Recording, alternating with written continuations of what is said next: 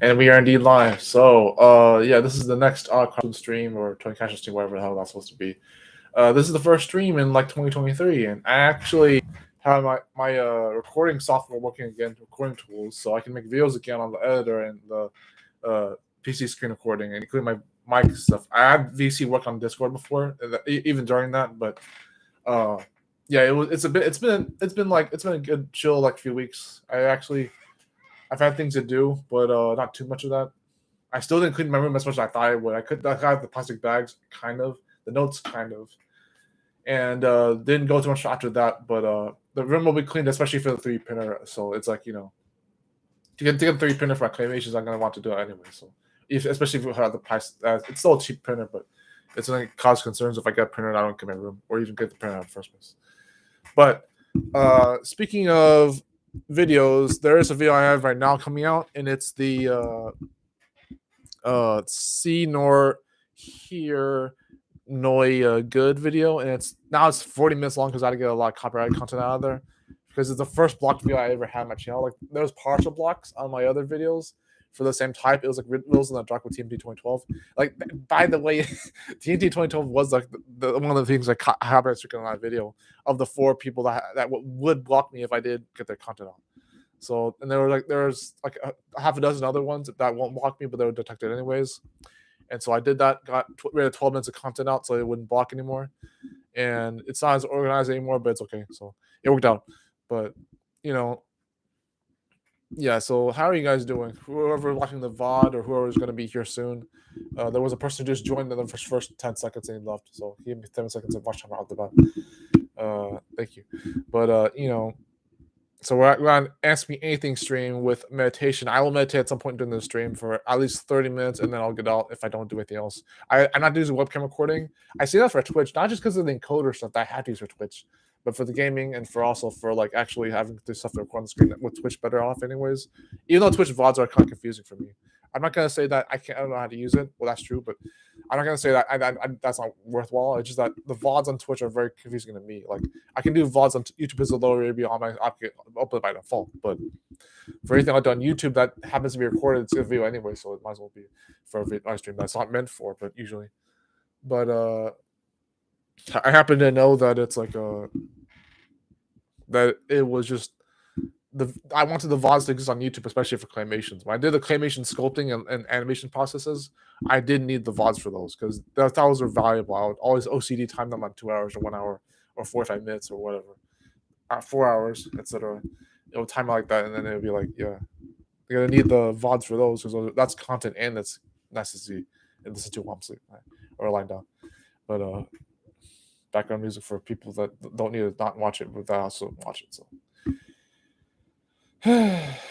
So before I get my voice, I only like 1 water bottle. Didn't need anything else. Didn't really want to get too much else anyways. I didn't want to procrastinate on that. So we're waiting for one video to upload right now while I stream this. I didn't want to wait too long for that to upload, but it's already past processing.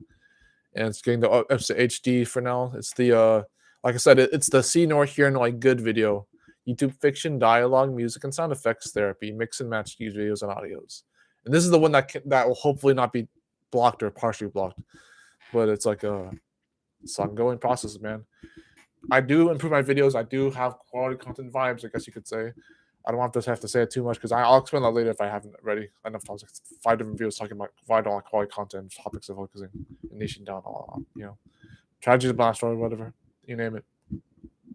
But this video particularly is about therapy. It's like the Ask Ambient video I did with Wandering Witch and Drunkard's Walk.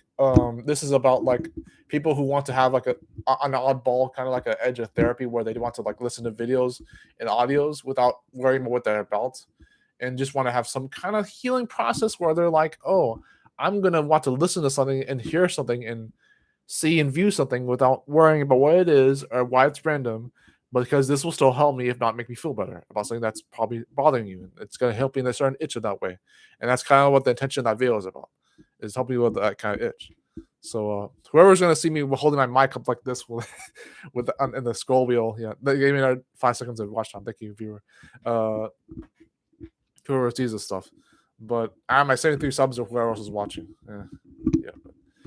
But it's just it's only a matter of time before I get 5 viewers and I don't have to worry about what else is happening. It's like just talking to the mic and the webcam and not having to look at the webcam the whole time. Yikes. Jeez, I don't even know if I want to do this the whole time, but I enjoy this right now, so I'm not gonna worry about that. I'm not gonna worry about that as a fear. How are you guys doing? The people that are not here yet. People watching the VOD. If there is a VOD, I hope there is a VOD, but I just like VOD mod. So for meditation, I do at best do like 20-minute meditations when I'm really focused or not worried too much about what I'm thinking. One of the things I do for meditation, if I think about music that I remember that can last a little bit for like 5 to 20 minutes, I can do that, and then it won't be so bad. If I meditate and I open my eyes and you guys are back here, I'm like, damn it, I missed engagement. Missed engagement from my viewers. Kind of sucks to be me at that point. We can meditate for 5 minutes and then see what happens and see people show up. Okay, let's leave the mic on the side again and go.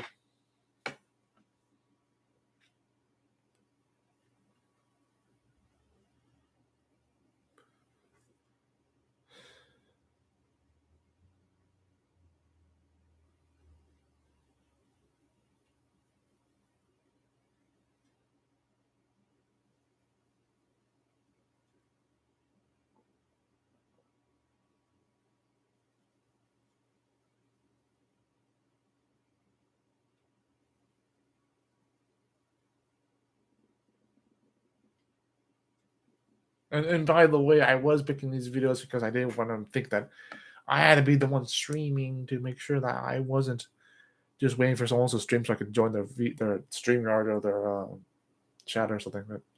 Who's gonna even join this Discord or StreamYard if I don't have one available right now? That's gonna scare me. I start hearing shit on the headset. I'm like, oh my god, that's gonna really set me off, man. Why am I talking about my eyes closed?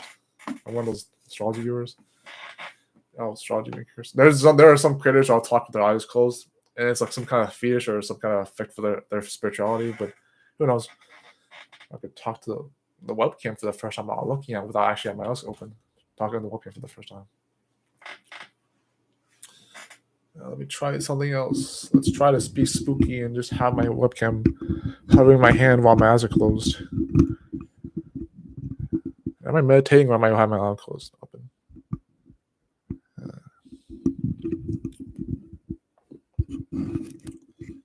Yeah. No. This would be funnier if I'm like I had on. Let me open the blinds a little more. No, this is not Minority Report. I am not doing shit with my eyes closed because I can't see. I can see. I just don't do think like that. So that's a weird reference. There are like the video I just uploaded. There are like 9 videos in that like block list, or no, the copyright list detected like 9 plus videos, and those didn't have to be copy stricken. The ones that did were like 4 different companies were like, yeah, you're not gonna get away with this.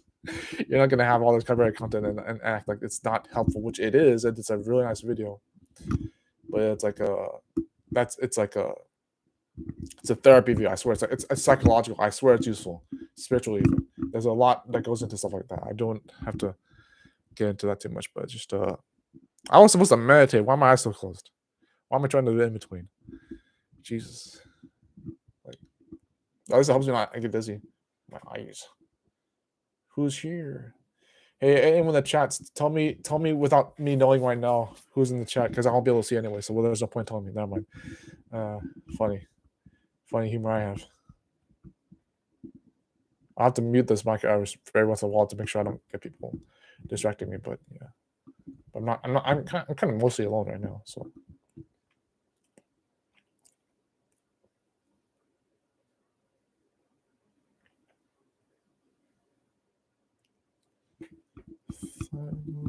Meditating. Like fucking three or 4 or 5 of you guys are gonna be talking, and I'm wondering what communities are coming from. And it's like, wow, you know this guy too? Wow, yeah, I was kind of chill. I think it's like, I'm not that bored though. I wouldn't make that 40-minute video if I was bored, because that actually was enjoyable. Like actually mixing meshing those videos. I've done slideshow effects like that before, but it was just its own thing. Time, so I still rewrite the tiles as if I've never done it before. I'd have, so it's not like that. I'll look. So yeah, no one's here right now. Still, unless someone showed up for another 20 seconds, I didn't see it. For all I know, they could have been here for 5 minutes, but.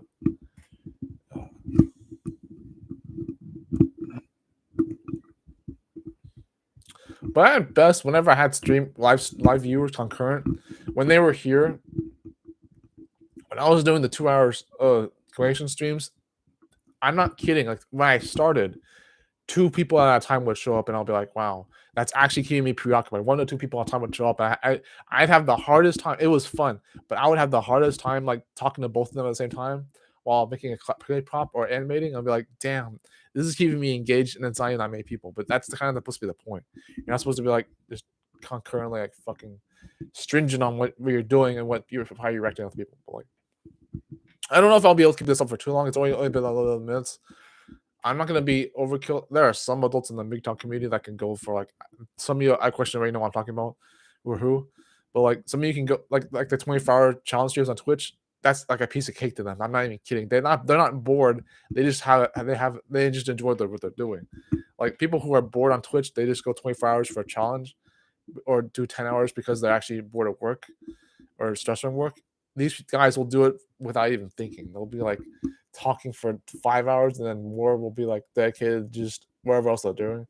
And it won't be that they're taking a nap or like or being lazy or randomizing themselves. Like they actually will do shit that matters to them for 10 or 20 plus hours. And I'm like, not that that has to only impress me, but there you go. It just happens to be there.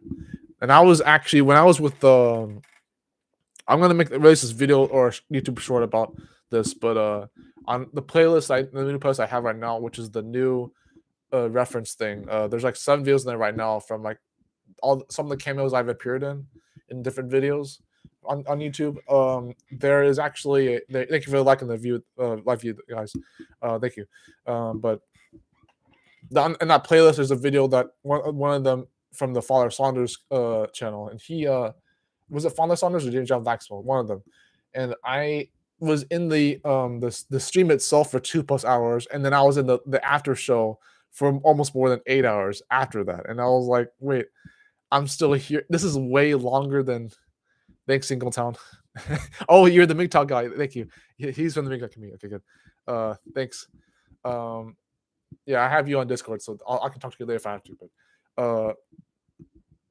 But what kind of content I made lately? Because I think it's like because the YouTube short's gonna be about that a little bit. It's gonna be about the cameos from the MGTOW community I had, and some other videos I've been in, including claymation.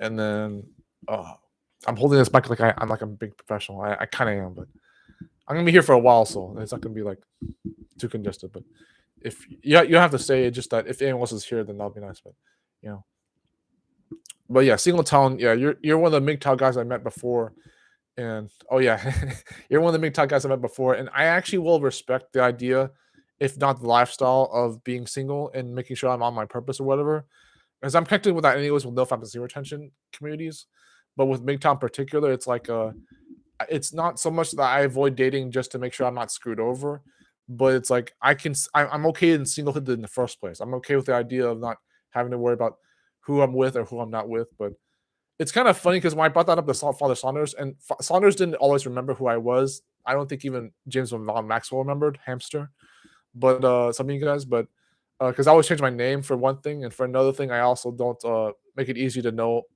who I am as well, because I always have changing hobbies as well, changing usernames, changing hobbies and lifestyles. But you know, but with Saunders, as soon as I brought up the idea of being when I brought that I was lonely and I was kind of struggling with it, they immediately went to like the relationship and romance kind of stuff, and I was like, wait, you're not friendships yet? Like, but no, you caught me. You did catch me, guys. You did, because the relationships and romance was related to that, if not more than I realized, if not was I'm willing to admit.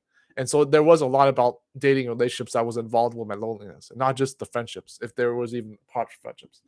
But it was like the part of it that was relevant was the idea that I entertained the idea, at least, if not, hopefully wasn't too desperate, but I was the person who would entertain the idea of being in a relationship to like a hopefully not too much to avoid loneliness, but to have a relationship because I think I already a relationship is necessary. Like I even over justify the idea of intercourse, if you will, being necessary for a sexual experience, and that's the other thing with that. But as far as MGTOW, yeah, I probably would want to go on my own way for a while, if at least for a while, like maybe several years, and not have to worry about dealing with another person like that. But like as indecisive as I can be between relationships and singlehood, it's like, yeah, I might as well at least try a little bit because it teaches you enough to an extent, if even beyond that. And so, yeah, with single town bachelor, advising that I do follow through with not having to be in a relationship, yeah, that I can understand that. And I probably will be single anyways for a while on purpose and on accident if that's a thing. But it's like a but you have to keep in mind I'm in multiple communities at a time, so some of them interlock with each other, not so much all of them, but you know, I can say single. I didn't mean to bring that up too much, but that was like the idea. It's like I can say single. Oh, okay, okay. Uh, yeah. Show this one.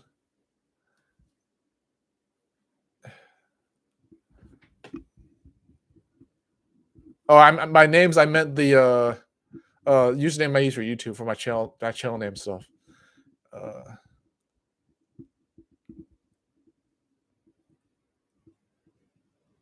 Uh, like the other Crosswind name. I changed that several times between being with James on Maxwell and Father Saunders. So when I was Dr. Anthony Barr Cashman on Hamster's stream, that's what he remembered me as, and I didn't know if he remembered me at all in the first place. So I came back and I was like, yeah, I put that as the tag of the username when I won the stream reward again this yesterday morning, and he didn't even remember Dr. ABC, let alone Dr. Crosswind. So, and Father Saunders didn't remember me after I came back to the first stream I did with him and some of the other guys, Frank Goodmother, also the other guys, you as well, a bachelor, and the other guy, and that really long stream for like 10 plus hours. But it was Saunders didn't believe I was there before, but I don't mean to over talk about this, but I'm enjoying this right now. So like, but yeah, Saunders didn't remember did doubt that I would be there before, and it was like I have seen at least a couple of his other streams completely before watching that last first stream ride, but like it was yeah. So I was like, but I was there before. That was just the first stream ride I did that I could talk to those guys more directly, and I talked to them chats before as well. But you know, I can talk about something else if you have any ideas, but if not bore you guys at least. But like almost 20 minutes, and let me think. What's something like interesting I can bring up? Let's see if the video uploaded right now. Yeah, I think it got uploaded. Okay, so like let me see how old it is. It's 24 minutes in. I think that's the one that didn't get blocked. So it's public now. Okay, so the redid version is not public. So let's check it out. I'm gonna go to my channel real quick, and we have my live streams on there, and the new video. Yeah, one view. Okay, good. Nice. I could watch some videos while being live, I guess. Yeah. Let me see. Let me see if I can see it, because that'll be important. Okay, Goofy's movie, Cuban Two Strings, Memo Huntress. Okay, that's good. Baz Fuzz, of course. We have. I was gonna play Jake. Okay, Pac-Man World 3. Jim Ron. Wonder Witch Elena. Wreck-It Ralph. What else? What else? Leap 2017, SpongeBob SquarePants movie, Spy Times Family, Tetris, and that was probably the last one. Okay, yeah, I'll like it. Yeah.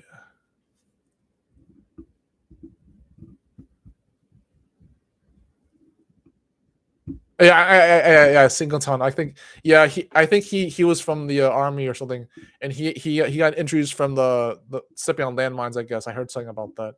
Like maybe it was like actual like bombs that he stepped on or something, and he had injuries from World War, and that was a lot. I think that's a lot of what happened like with like whatever. Yeah, so like he had some kind of like thing like it was whatever they call the GI Bill, where he had like payment. Like I've had friends that like from like this is one friend I had from the Navy, and he had the same thing where he had extra money because of participating in those activities in the military, and so oh, fun facts, Singletown.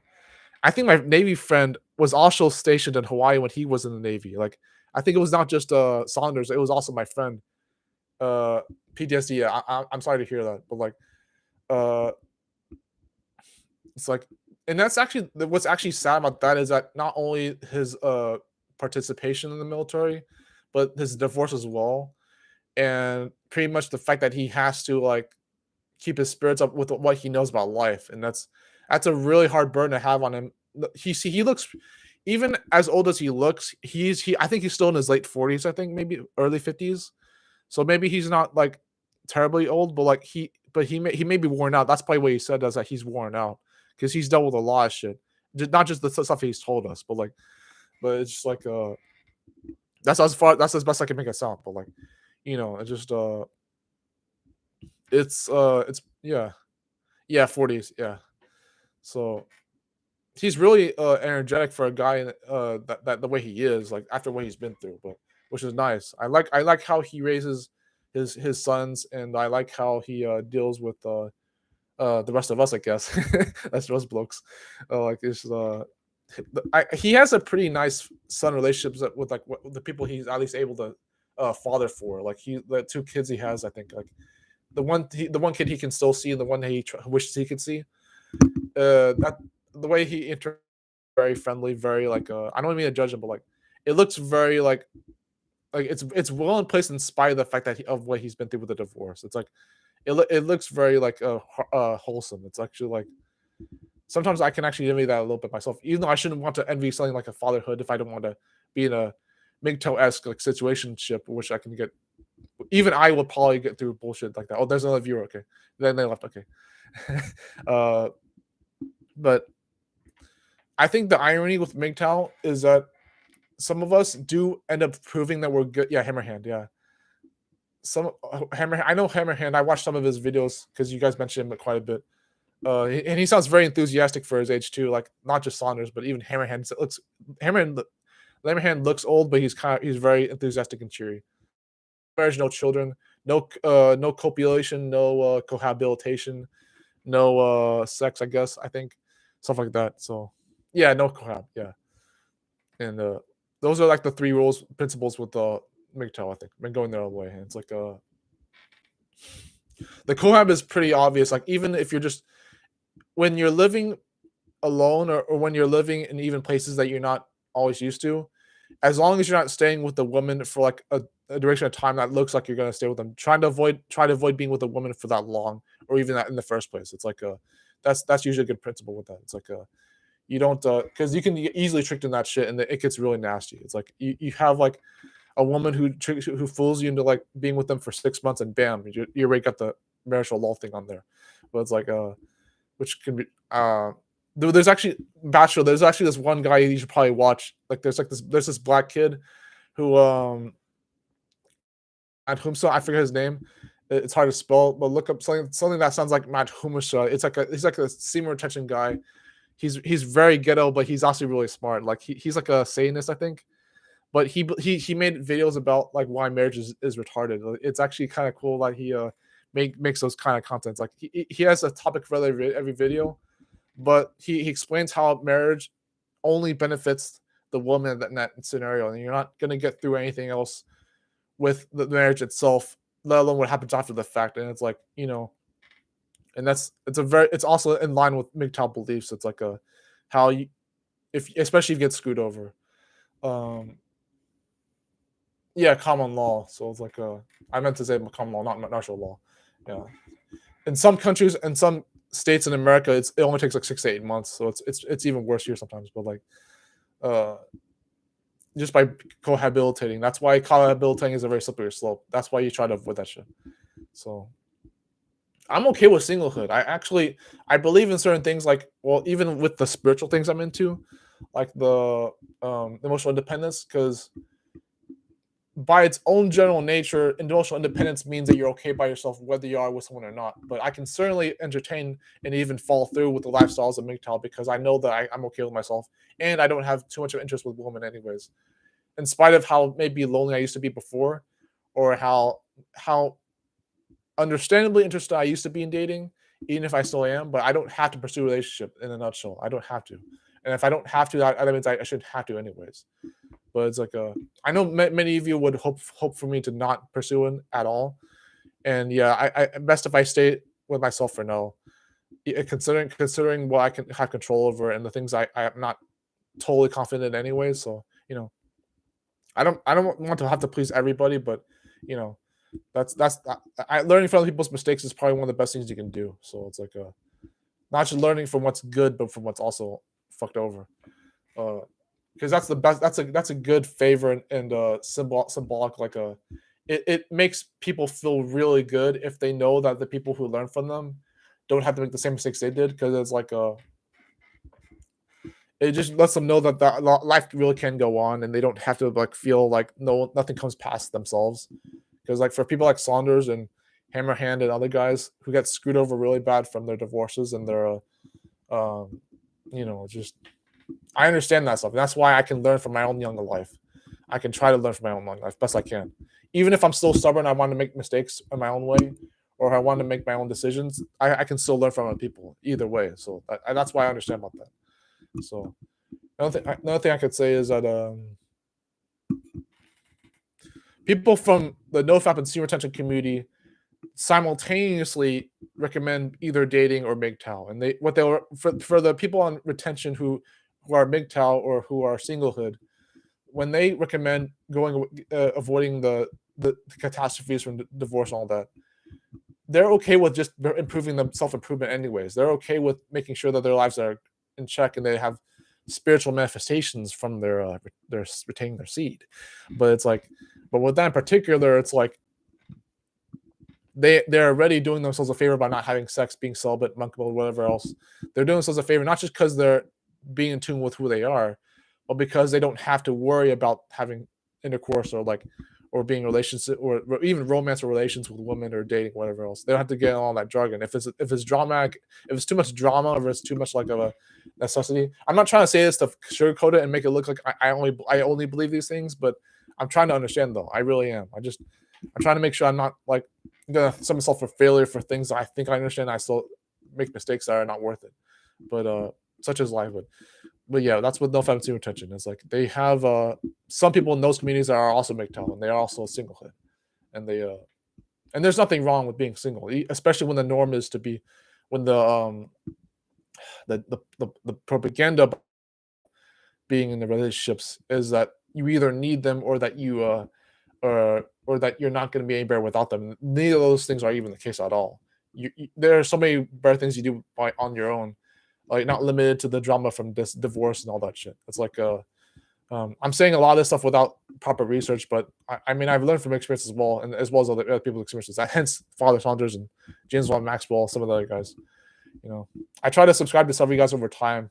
The title of this live stream is actually MGTOW Suing Circle.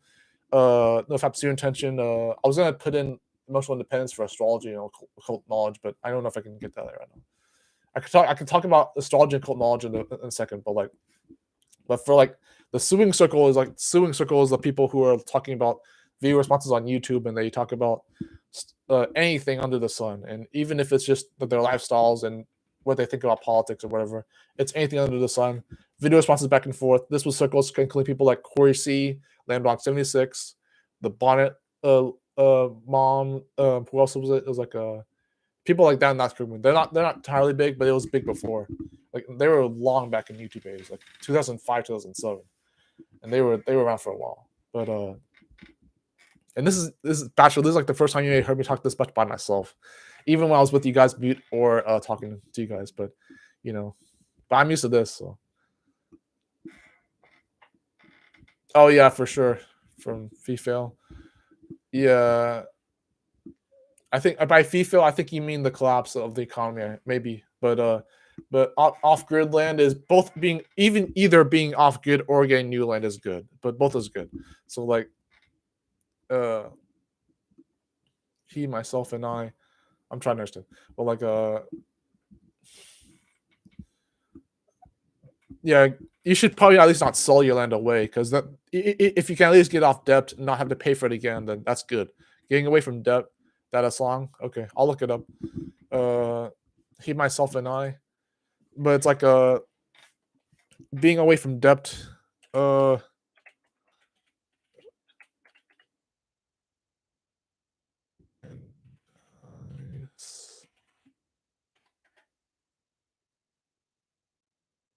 is it Jeezy and Rexa, or I'll look at this one first. Sounds like it's like a pop song. Good check. Never mind, that's the wrong one. Yeah, it's but yeah, with land, it's like as long as you get paid off enough for a long enough time that you don't get debt from it, and when you're off grid, you don't have to worry about. And you'll know this if you know an anarchist. So like you'll know this from me, but hence Backalley philosophy. But not shilling for the state and propaganda from the narratives and all that, then when you're worrying about getting enough energy and insurance and your shit that you don't need, because people who tell me why I don't need, they apparently need other things. So same difference, but really it's like, and when they tell me to be independent, but I'm like independent like this, but then you're not even particularly independent your own way. So damn.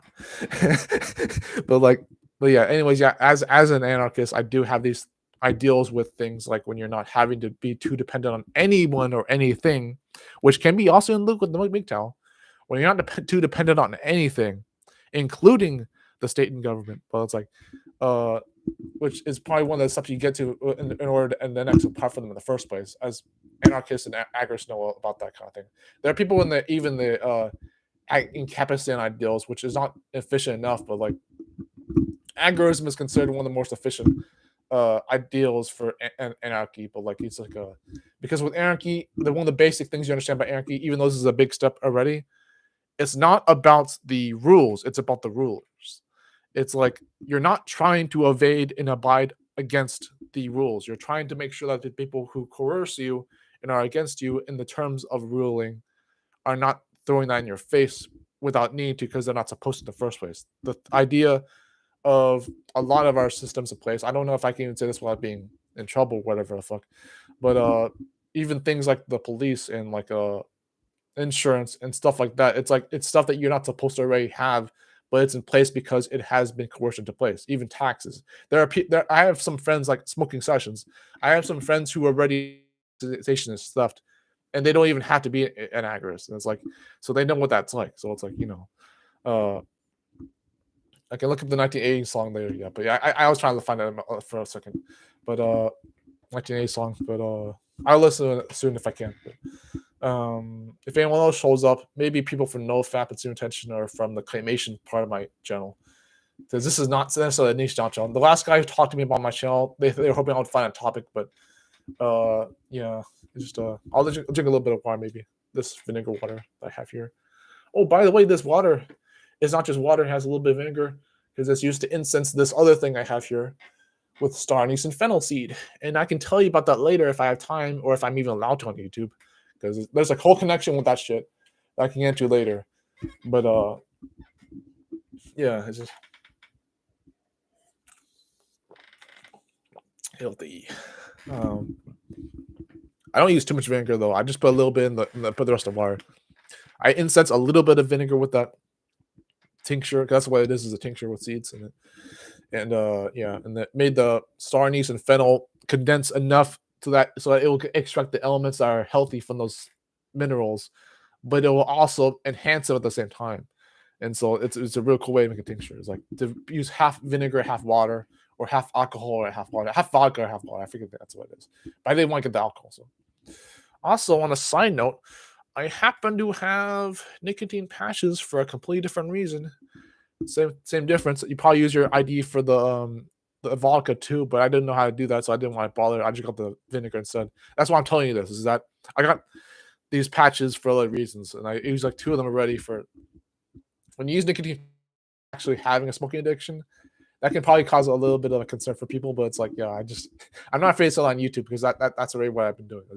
It's not having to worry about what people think of me or even the risks I take that are not always necessary. But but with nicotine patches, the 14 milligram ones, you put them on your shoulder or your upper body without the smoking addiction. So it was the first time I'm exposed to nicotine in a legitimate way other than secondhand breathing. But it's like, yeah, they're not bad. You just apply for 10 seconds. Hopefully the sticks, it doesn't mess around. And yeah, hopefully I'm not pissing you guys off about that. But there's a reason why I did that. And some of it's not too dark, but you'll literally taste your blood getting the nicotine, and it's like, damn, it's fucking, this is better than the gum. I'm not getting caught doing that, but but it sucks you have to scan your damn ID, your state ID, or for me, state ID, not driver's license. But I should still get the driver's license, even though I'm so stubborn about that for any reason. But like, I happen to want the state ID for now in case the driver's license will screw me over. I do not want people who want me to get the state ID or driver's license to be replaced just because I have to drive or some shit. Especially if I get taught how to drive in a way that I don't even prefer. That's not even me being stupid or stubborn. It's like, actually, I don't want to be taught how to drive if it means I get it because people don't know any better about that, or if I don't know how to teach myself how to handle that outside of daydreaming when I drive or whatever, if I do. Especially if I'm being taught how to drive in a way that actually pisses me off. And what I mean by that is that they could teach me how to drive, and I end up being like, damn, this feels wrong for any reason. It's like, it feels wrong. I'm like wondering how to drive without daydreaming, which is surely one of the problems of how driving itself, but as a more logical way of seeing that, maybe. But not being afraid of the road. But and I said before, there was this one video I made for the Dope Dailies playlist or whatever. I basically said two different things the whole video, and the whole thing was misconstrued by my family. And it was, I don't want to call them the B word. You'll notice as an anarchist, we have a word called boomers, but I don't want to call anyone in my family that unless I actually really mean it. And there are times where I mean it, and that's when I actually am angry. But it's like even when I'm not angry, I still use that word a little bit too passionately, and that's maybe my bad. But when I described in that video was, I am not an anxious or stressed person. And then when I described what makes me happy in spite of those things, like chaos on the road, the whole thing was misconstrued to think that both chaos on the road is dangerous and that I do get stress anxiety. And that was the whole point of the video, was to describe what will make me happy even if I was stressed and anxious. And it was like the whole video got misunderstood. And I was like, yeah, FMO. But it was like, surely naturally you're getting enough of an idea of how I think because of how I talked to the last half hour or so. The so-called the economies of thoughts I have or communities I'm a part of, and so forth. And you don't have to stay for the whole stream, but I'm gonna be here for a little longer, maybe to talk my throat out part, and then show you that I talk enough while I mute myself in other VCs, and then yeah, I already meditated, so I got that off my chest. So about occultism and occult knowledge and astrology, this is one astrologer I watched called Rich Lopp, and I watch him a lot. I'm talking like it's a podcast now, damn. Rich Lopp is one of the reasons I know about emotional independence, and emotional independence is my idea. It's my ideal, somewhat in the splice between MGTOW and trusting the universe in a sense, because I'm always going to trust the universe. But if I choose to go MGTOW, and I probably hopefully will.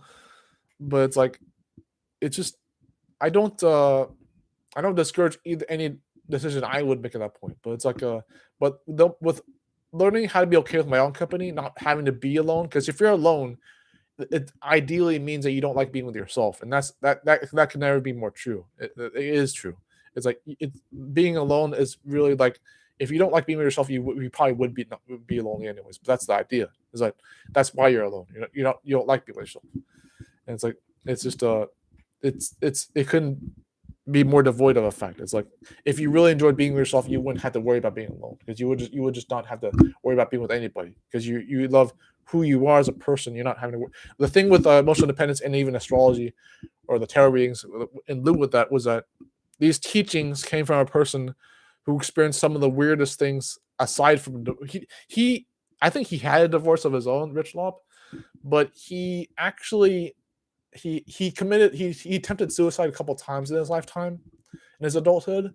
He ended up being poor, and he ended up having like shit. I think it was even high a lot of times, but he got to the point where he even lost a lot of weight and had his kids back returned, and thankfully, outside of his own divorce, like he had his kids come back to him, his two daughters, and found his own person, his new relationship with that person that he thinks is his person. And I believe him because that actually would be the case. He found someone else, another woman to help him with that. Say what you will, MGTOW, but that was his manifestations. If I even should use quotation marks, because I do believe manifestation journeys and all that. So law of attraction, you name it. But however I'm supposed to go about that. But I personally prefer to balance between logic and emotion, balancing between physical manifestation and the immaterial. So I don't just do shit because woo woo, I believe this. No, I actually will make things a reality in my own actual world. So I will do that. But it's like but I balance between those things. I go about the things that make me healthy mentally and emotionally, and maybe even spiritually. But at the same time, I don't just slouch around and do jack squat. I do things my material reality as well. I don't, especially if that's the only reality I have, if it is. But assuming that it's not, then yeah, of course I'm gonna go for spiritual stuff, whether I'm passionate about it or because I actually believe it. And that's how I prefer to live. So, but I don't have to be right about anything, really. In a nutshell, I don't have to be right about anything. But that's how I go by it. So, just that's how I see it.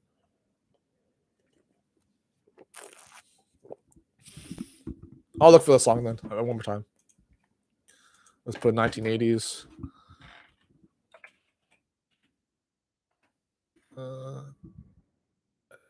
Wait, is that it? Is it 2.5 minutes? This other one's no, that's not it.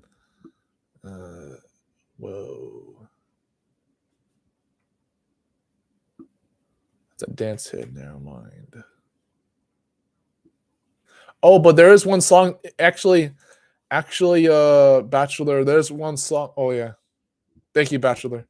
There's this one song that my dad told me about, and so tell me if you find out what this song's called, or actually if you enjoy this song, because this is a actually I don't know if even you should look up this song, Bachelor, but it's a song that my dad showed me because in spite of his own divorces, he subscribed to this channel, so maybe he wouldn't want me to be talking about that right now, but for the sake of like you and Saunders and some other guys in MGTOW, it's like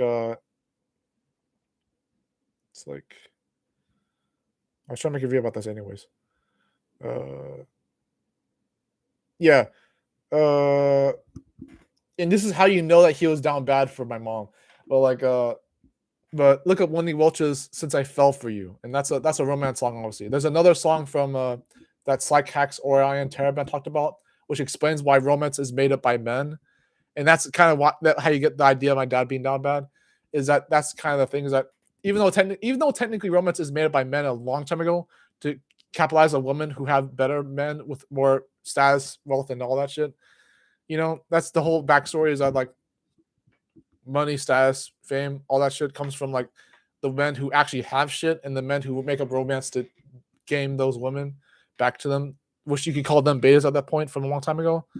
Yeah, basically, yeah, the Bachelor is like the beta bucks who make up romance just to get them. I'm not trying to call my real dad a beta. I'm just saying that it's like, and he would kind of cringe if he heard me say that right now because he is subscribed to this channel, I think. But like, if he was watching his videos or streams, but like, I'm only saying all this because I'm trying to be myself. But it's like, and that's as you said before. So it's like, so now you know that my mother has a boyfriend, and now you know that I have a weird lack of a filter for someone who talks about anarchy and Nofap and spirituality all in the same video, astrology, occultism, all in the same video. I made videos about occultism a long time ago, even when I made this channel the first time. So I'm not afraid of that anymore. But not even the fact that the video I just uploaded had a blocked version the previous time, half an hour ago. Like the blocked version of that video, I re-uploaded with the edited part. So yeah, but they also as well as my cousin who's about to get in a wedding, which I'm not trying to stop him, but damn, that cousin's gonna really be in for a rude awakening if he watches.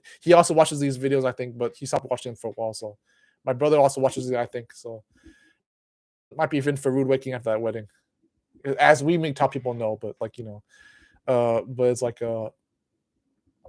It's just I think I was invited to go, and I kind of at first I wanted to negotiate against that a little bit, but it was like if I end up having to go, then yeah, it's gonna suck. But it is what it is, and also I'm not gonna be mad about going anyways. I just want to socialize and do stuff. So you know, yeah. So I didn't say I won't go to the wedding, but what I did say was I wanted to think about it, and that was I was fighting for that much, and I did end up thinking that because they were it was like a bandwagon kind of a uh domino effect of shit. I'm already getting the clothes and all that shit, so I might as well go on the reservation. So I was like, shit, I'm not being forced to go, but if I am being tricked to go, then I'm sorry, but I'll go and it'll just be what it is. But I love the cousin. Hopefully he doesn't get screwed over, but if he does, then yeah, MGTOW all the way. But like, it's just shit. You know what I mean? It's just like I'm talking shit about my cousin, my dad, and I'm actually like trying to. Yeah, I know the feeling. It's like that expression. It's like, or also you can't teach. Oh, the other thing with MGTOW is like you can't teach. You can't have a fish teach a man how to fish. You need a fisherman to teach him. Like that's especially relevant to MGTOW. You can't have a woman teach you how to date other women. You need the men because the men's perspective is important and it's also crucial. It's like there's only things that they will know that apply to how they get their shit right. It's kind of like say what you will. This is kind of cringe, but there's a reason why they want you to show your work at school. Like it's stupid. It's like yeah, just get the work done. But being able to show your work does have a point. There's truth to it. It's like being able to show your work shows that you can actually like get your shit right because of what you're doing, not just because you can do it. Like there's truth to that, but otherwise it is kind of cringe. But it's just jeez. So Bachelor had so many points in the stream where he could have just told me to shut the fuck up, 25-year-old kid. I bet you would have wanted to say that to me, but I know you care about me, so it's like so maybe I'm just learning either way. But I don't mean to be some people think I'm really insightful and I believe them. The first people who told me I was insightful when I was like maybe like 15, 18, 20 years old, that was when I started realizing they were actually right. Because I heard about that since I was 15, but I started believing it over the years that I actually probably am really like articulate and very well composed as a person. But obviously I'm still not even experienced. I say that a lot for my own standards, anyways. I say that I often say that I'm very naive and inexperienced, and it's not just because I'm still young. For someone who doesn't want to be cringe like other teenagers and young adults who say, "Oh, 25 is still too old." No, dude, you're a baby even when you're 35. Like it's all standards. Like it'll always change, but like yeah, we always learn. Yeah, it's like just facts of life, I guess. But it's just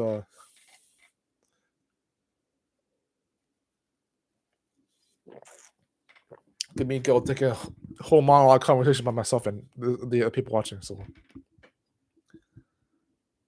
exactly, I know. No, that I get you, man. I get you. Exactly. It's like 55 years, like 30 years later. I was like that's gonna really hit home. Be like, but then 55 will be like, wow, I'm older but still young, always young. But it will always be a standard. But the standards are for a reason. So it's like, it's like if you know what I mean. So it's like there were people who but actually, the reason I say I feel young is because I do believe myself to be young, not just from my own mentality, but feeling and actually being young and actually thinking that I'm grateful for what I have, but there's a long way to go, and that's not to sound subjective. There, in an objective light, knowing that I'm insightful and knowing that I actually have a messy room, uh, knowing that I'm somewhat kind of bad at making examples, but like whatever is factual about that. But I'm grateful for what I have. I may seem like a loser who doesn't know how to leave his family and doesn't keep his promises and always promises to make claymation on YouTube, but doesn't always do that even then. And then doesn't always make his own money, passive income, whatever else. Work more, work less, earn more, and live life, kind of from the Dan Cole thing. Not always keeping those promises, but like and multitasking a little too much, even though I still enjoy doing that. So that's worth it, even if it's not productive. But yeah, I'm still who I am either way. I love who I am. I know that I'm doing good in many areas of my life. Even the rest of them still suck. But it's like, I just By the way, I have there are parts of like the cameos I was gonna mention earlier in that short. There's one from Kramer Gaming, one from Kyle Little from Nofap or other lifestyle things he does, self improvement podcast he does.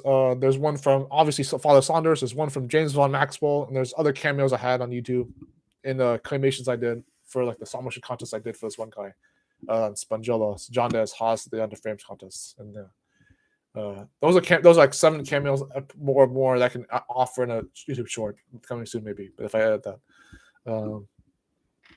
yeah. 55 years, that would be really like down for me, man. Like actually like having life experience that's not enough because it'll never be. But it's like but you have to keep that subjective humbleness. You know what I mean? So I'm not gonna put air quotations. Subjective humbleness. You're never gonna know everything. You're never going to be perfect, but that's okay. You're not going to want to anyways. If the second you can be stupid and narcissistic and say I know everything, and to be fair, there were times when people said we're all lost, and that kind of bothered me. I said that on my about page that's one of my pet peeves is when people claim that nobody knows anything because they're always lost. That used to bother me, kind of still does. And the reason that was the case, I'm not trying to be a hypocrite. The reason that bothered me was because I don't want to necessarily think that nobody ever has a trajectory or a strategy that ever works. Some people are successful in ways that actually are very impressive. Some people are subjectively successful because they know that the things that they do aren't perfect and they're not guaranteed to work, and they don't have to even be right with what they're doing, even morally speaking. But they happen to have it done in a way that makes them appealing and attractive for people who don't have to do the same thing because they're all different unique people. I think I even believe that as well as trade-offs, but like trade-offs being one thing's good if one thing's bad, vice versa. Not just karma. With karma, I don't always believe the trade-offs to do. But I do believe that everyone knows something that you don't. And it's like the Chinese proverb about not needing to be perfect or something like that. Yeah. But it's like I certainly do believe that everyone knows something that you don't. I don't have to believe against human stupidity for that, for Einstein's case, but like I call it humane stupid to be extra artsy. Humane human stupidity. But the idea behind everyone knows something you don't is that don't discourage, not necessarily judging book by its cover, but like don't discourage that someone who even could be downright retarded has nothing to offer you. Like there's something they can do. Anything they can also do. Like anyone, they can certainly return favors, but it's like yeah, exactly. It's like you could go, and I have before. You could go insane in my own short lifetime. You could go insane, and I have gone insane for wanting to experiment so much I go crazy and try new things instead of seeking perfection, which is impossible. But there are moments that feel perfect that are so beautiful. It's like you don't even have to try for them, and they still happen. Those omniscient perfections, those omnipresent perfections, like those A.M.A meta perfections. It's like whether you try for them or not, it's like there are weird ways to be obsessively compulsive that don't even meet my imagination. So it's weird ways to be seeking perfection, but it's like a weird. But yeah, Bachelor. I can still stream for a little longer, but I don't know. I don't know if I want to challenge myself or you on that. But like, but I hope you enjoyed so far the stream. I'm just doing a little ask me anything and meditation, which I meditated a little before. I even talked to my eyes closed for a little bit if you want to see the VOD. But it's just a dab on them haters, which aren't here yet because there's nobody here to hate me right now while I'm a small creator. I wonder if Crispy Quinn's going to show up. Crispy Quinn is limitless. He might show up for the stream just to chat and be like, wow, he's not even just about Nofap seer attention. He's on that MGTOW community stuff. It's like jeez. And then the claymation people show up and they're like, wow, he's not just about stop motion animation, he's about that anarchy, agorism, politics, lifestyle. Jesus. And then the cult people are like, wow, he's not just about that astrology and tarot readings, he's on that what else do I do in my life? Vlog, piano music, A.M.A manga, stuff like that. You know what I mean? Those aren't like the only 3 economies I'm a part of. There's all other things that are deep about me that I don't have to label, but yeah, maybe. Whoever is a hater in this community of mine. But the best I've gotten so far was mostly criticism, and I can learn from that anyway. So I used to be afraid of criticism, but even when I still get bothered by it in a certain way, on my lifestyle, whether I make excuses or not, then it depends. But one more thing I could talk about before I end the stream at all is maybe maybe the fact that I do kind of miss not having an exact ideal passion for my life, even if I enjoy what I do. When I work around going around the edges of doing things and experimenting and trying new things and being like, wait, I want to do this little thing that makes me happy for a temporary moment, and it's not short-term gratification. It's more like, I believe I get that. Yeah, I won't talk to haters. I won't engage with trolls either. But I used to, a long time ago, I used to talk to trolls and haters because I didn't want to. One of my fears before I learned certain lessons in my life, one of my fears was hurting people because I didn't want them to relate to me and then still betray them anyways. So I didn't want to betray people that were just like me, and I didn't want to hurt people if my experience being betrayed was just like theirs. And that was one of my fears about hurting people that were just like me, or even if they're not just like me. One of the things that also makes me angry though is like something like I get sad when I'm just like someone else and they still betray me. And it's like, why? Come on. But it's like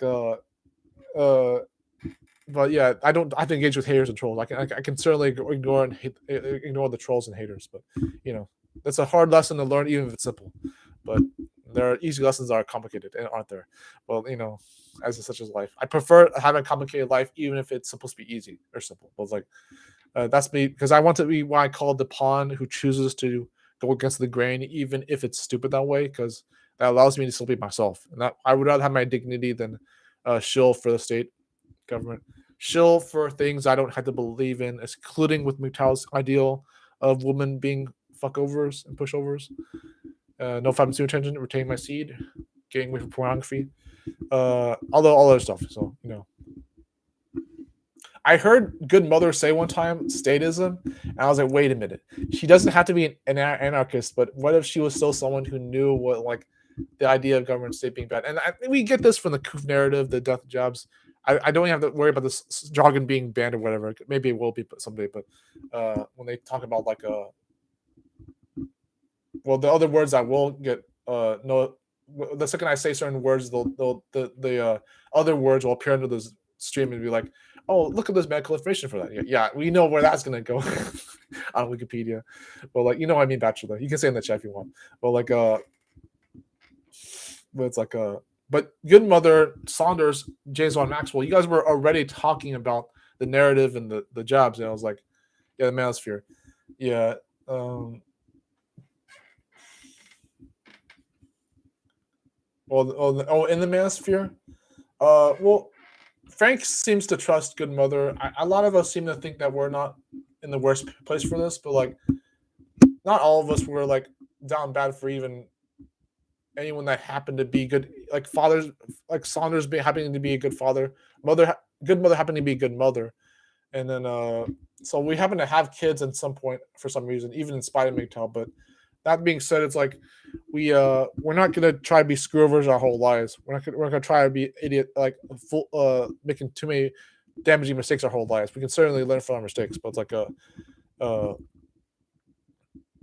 I don't know what your thoughts are, Bachelor, of people like Good Mother, but the one time that I got to engage with her the first time was like when she asked me if I was a Pisces, in spite of what I used to say about astrology. But like I said that very, very briefly, and then even Saunders said, "It's okay over if you can at least read the room, then you don't have to worry about pissing people off about astrology." But even then, that was starting to believe that cancer shit. He kind of said something like that. That was funny. But like that was his belief. That was his idea of that. But it's like, but yeah, it's like Good Mother seems all right. I don't have to be like weird about that, but like I trust Frank, I trust Saunders, I trust Hamster. I kind of trust okay,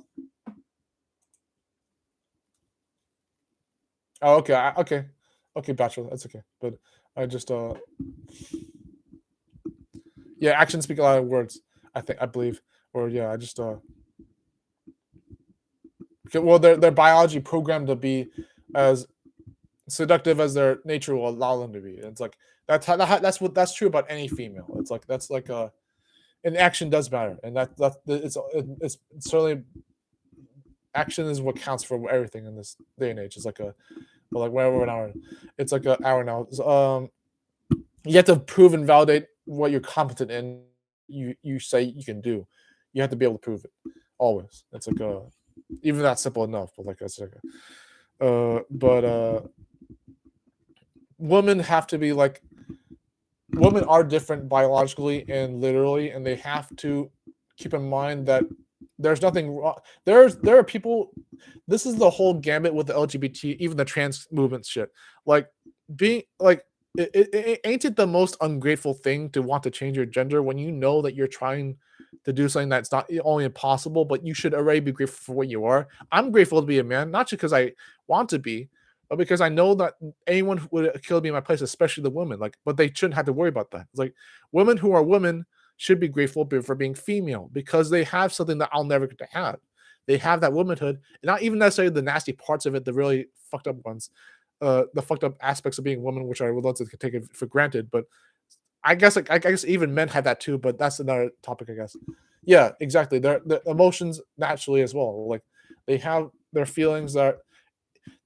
Baz Fuzz covered this one time too. Zarius. There's Baz Fuzz did cover that. That there's no such thing. It's a fallacy that women are emotionally intelligent. You should watch that video. Like I don't believe everything that Zarius says, but like especially when he gets on my nerves a little bit. But like but I used to get on his nerves too a little bit too. So that's I guess fair game. But Zarius one time said that it's bullshit that you assume that people assume by default that emotional intelligence is a woman thing. It's like no, it's not. It's not even something that they have by default. Like it's just that's just it's emotions what they're inherent in, but not what they are intelligent in. If that makes sense, it's like a has to be like couldn't be any more misunderstood than that. Even if it's an accident, they understand that or propaganda. Yeah, but women's differences would be things like emotional quotation. Yeah. Okay, yeah, but I already knew that that women weren't emotionally intelligent, but the whole thing's bullshit. Then yeah, but okay, yeah, okay, I see. But women are different from men, and they shouldn't be ungrateful for that just because they know that they have a societal political advantage to do something else with it. That's one of the things my anarchist friends say is that when what they find statistically with transgender people is that they happen to change their gender specifically for the cultural advantages, and it's so strange. It's like they're not even trying to be mean. It's like some of my friends are mean to them, but like I personally respect them, but like but not for what they do, not for what their decisions to be transgender. It's like it's statistically they choose the cultural advantages of what will happen if they are transgender, and they happen to do this when they know very well what the consequences are, usually, hopefully. But it's like when they do it, yeah, yeah, exactly. It's like women are even biologically impaired or repaired, like biologically condoned to be manipulative and this is not me speaking like a MGTOW for this reason alone. Like this is me actually like from my own in my own words, like how I understand how I interpret this. Like women have to be manipulative in order to be wired to understand how they're going to get their man, like how they're going to get biologically, how they're going to get to a person that they will spend their lives with. Not if that's a cultural aspect of it, but like, but traditionally, like in biologically, how they're going to be with someone who could protect them and give them those conditions to survive, and that's what their that's what history has shown as well is like that they do this because even especially when it's subconscious because that's what they don't control anyways, but they don't but the shit they do on purpose with the manipulation is another story, but the manipulations they do on accident, which I'm not saying that's not their fault, but it's like I shouldn't have to say that anyways. I should have to explain that, but when they have to manipulate you from instinct to know when if the women don't know this shit, I couldn't know any different. But like basically women are deceptive because their nature will make it so that they don't have to overthink what they're going to do to get to the person who will protect them. It's like even if that's you can call it morally offensive, whatever. But it happens automatically. Is the thing is it happens automatically. It's something that they're gonna do, whether they do it on purpose or not. And the ones who can understand that, good on them. But it's like, um, you know, I wouldn't have to take 2 steps back too much with the men, knowing that men could also be manipulative, but that could also be its own excuse as well. Saying that I should be able to stick to my guns as long as I can, and if I have to call back on anything I do as a man, then so be it. But that's only me trying to be more humble with that. But other than that, yeah, many women, actually all of them, but like I'm not the generalizations with women that happen to be true, which the one I just said about the manipulations biologically, so that they don't have to be that they conditioned over the millennia that they had to not worry about how they get pushing a man as long as they're still. Well, I don't know, but it's like it's you can try research try to check me on this bachelor if I ain't right about any of this, but like so certainly I can maybe even emotionally feel a little detached from the idea that that I literally do not need a woman, even if I'm supposed to condition something for my life. But that doesn't have to be in a relationship. That doesn't have to be like. That's why MGTOW started to be really favorable for me. It's like it didn't have to be like, oh, what if I still want to be in a relationship just for the experience? The experience is still an excuse. It's like this is the same thing with the sexuality. It's like it's still an excuse because if you want the experience to help yourself, you'll get other kinds of experiences in life, not just the relationship and dating ones. The relationship and sex ones are like those are not the only parts of life. That's one of the things with the pornography addiction and the masturbation and orgasm. It's like that's one of the biggest excuses I ever had. Was like, what if I still need to be in the porn community? What if I still need to be sexually experienced? What if I still need to have children? No, dude, I just the same thing with like yeah, there's some down, yeah. It's all an excuse. It's like it took me a while to figure that out, but it was like, yeah, I knew that those things wouldn't be necessary, but it took me a while to figure out that if I really needed them, I would have already done them. I would have very fucking got myself wrecked or something. Like there are some really close calls before, but yeah. Well, oh, okay. Well,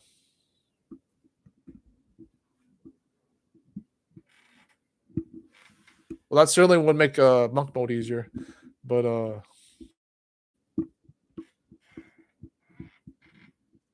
and especially if you're having the kids with a wife, anyways, or even someone you're with, that would be pretty fucked up for any of that to go downhill.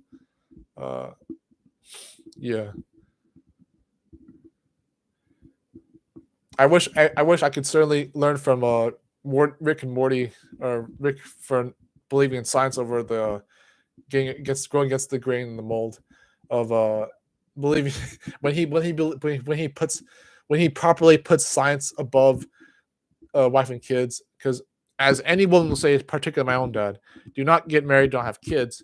There's a meme for a reason in that. It's like you easily get screwed over with a wife. Even with the addiction to children, it's like, yeah, you're not gonna want to just have kids, just have a legacy.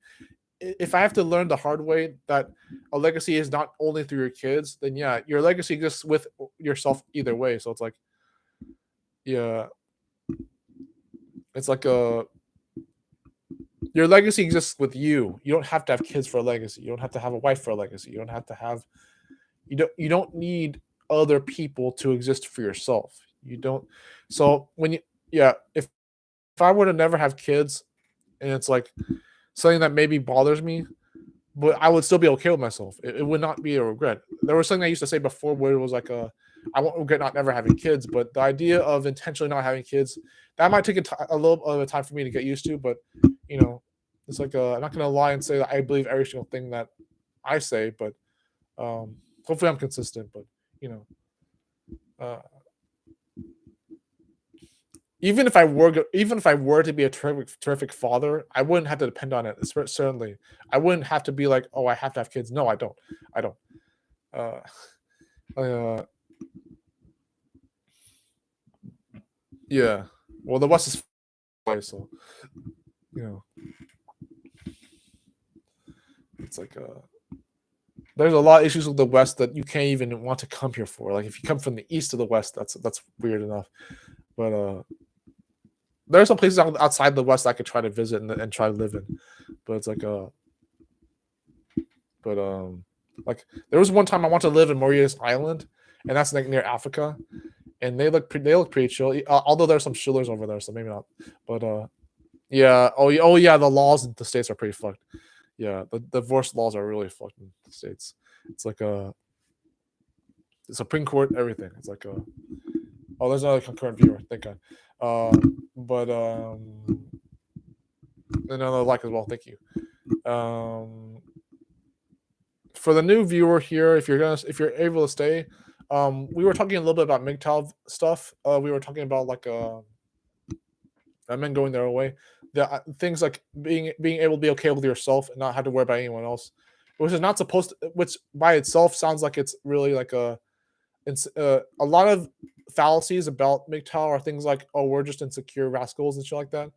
That's dude, it's like there's a lot of truth that comes with MGTOW, and beyond that, there's a lot of things that comes with the idea that you do succeed as a person by yourself, because that's the point. It's like you succeed by yourself. You prove by succeeding on your own, you prove that you really didn't need anyone else. And it's like, for me not to have a wife and kids, it will sound like it will suck, especially if I do it on purpose. But it's like, if you can prove that you don't need anyone, that's a really, really good sign. It's like it's hopefully that doesn't sound too alarming to anyone who thinks that I will like if I were to only be MGTOW the whole time, then maybe that would sound a little too disturbing. But like for some, but like it's like I don't need to be gullible for either or, but it's like but I hold true to some values in my life over time. Sometimes they change, but hopefully I don't have to change in the worst possible way to prove that. But it's just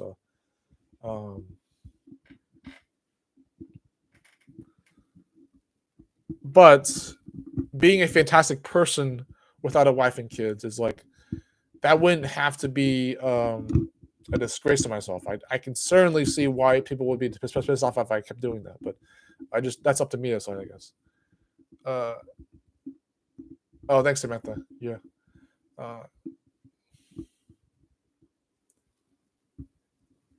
Okay, yeah. Basically, yeah. It's like you go in your own direction. Basically, you go in the direction that you believe in. But that at least means you don't get coerced. That's it, including the things I did with anarchy and agorism. Like, I don't want to be forced to do shit that I don't want to do. Like, even if I'm supposed to do certain things morally or even responsibly, it's like I'll figure that out for myself. If even the hard way, I learn from my mistakes all the time. But I think with Bachelor's not trying to be blunt. I mean, a lot of what he's saying is true. Is like, I shouldn't have to worry about having a spouse or children to fuck over with, who could fuck me over at any point in my life. And like, he's the ideally, when you're a MGTOW and you're not having to worry about anyone else, you can still have responsibilities. You can still have a lifestyle that's hard. But the difference is that when you're not worrying about someone who's in your life that can force you to be there and coerce you, then you can still make things work for yourself. But there's an invigorating way that works. But it's like yeah. Well, okay, but you know,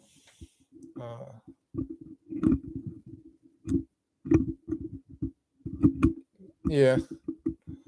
Oh, I actually, the funny thing, Samantha, when I finally, I subscribed to the Bachelor after he came out on the Discord friend thing. But like, I subscribed to Samantha when I found her comment on an old Good Mom video, and on Good Mother video, I found it as like yes. Well, some people said contending and compliment, like, but like learning with them and also not being a problem with them. But like but it's like that's at least if you find someone who's worth it. If you do find someone who's worth it, that's up to the person inside. But it's like or both of them, but like, hopefully both of them. But I subscribed this. I found Samantha on a random like Good Mother video. Yeah. And on a good Mother video, and I could tell it was her, so I just made sure. I subscribed to her channel, and then I went back to my comments to look for like everyone with comments, and then matched the avatar. It's like, yeah, thank God, because I think the past avatar was like her younger self or something, I don't know if any of those women are her, but I don't know. But I like some of Samantha's comments though. They're really nice. And when I was talking to Bachelor on the after show, Samantha, the after show lasted 8+ hours. I'm not even kidding. On Saunders, one of the Saunders streams, when we were there for 2+ hours, it lasted for 8+ hours after that. And we were like, we were at it, and then the guy who was sleeping left after. We were still there. Saunders had to go early, obviously, because that was why the stream ended. But then we were talking with Frank, and Good Mom showed up for like 5 minutes, and then that was on the stream, I think. But Frank was still there with me and who else? It was Bachelor too. Yeah, Bachelor, me and Frank were still there, and then even after Bachelor left, me and Frank were there for another like hour or something, and then it was like, and and the Bachelor, Frank said like it was like, oh, I can still go at some point after you do, but I was like, oh, yeah.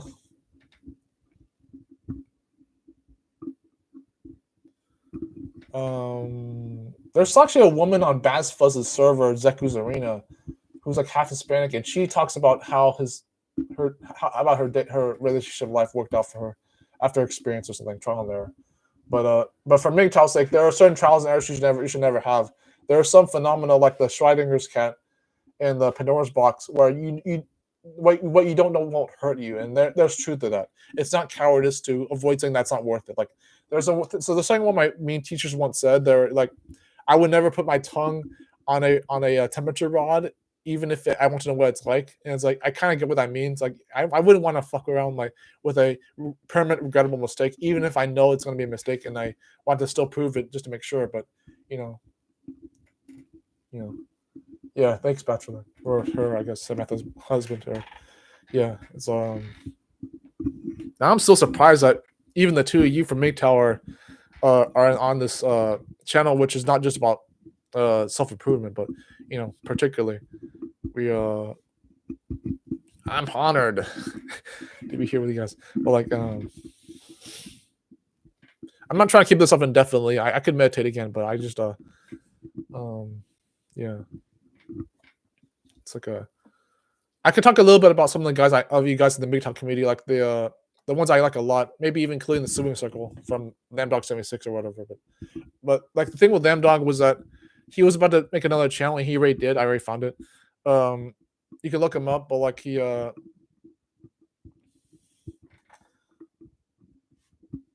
the Swimming Circle was like the viewer response people from long ago who still went out all over these years, and they made viewer responses to each other. They were good friends, a big community for a while, and then went small a little bit.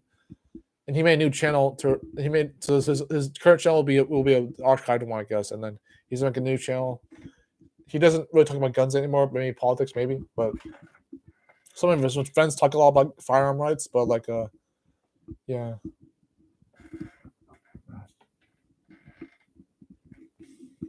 Yeah. Polska Bob.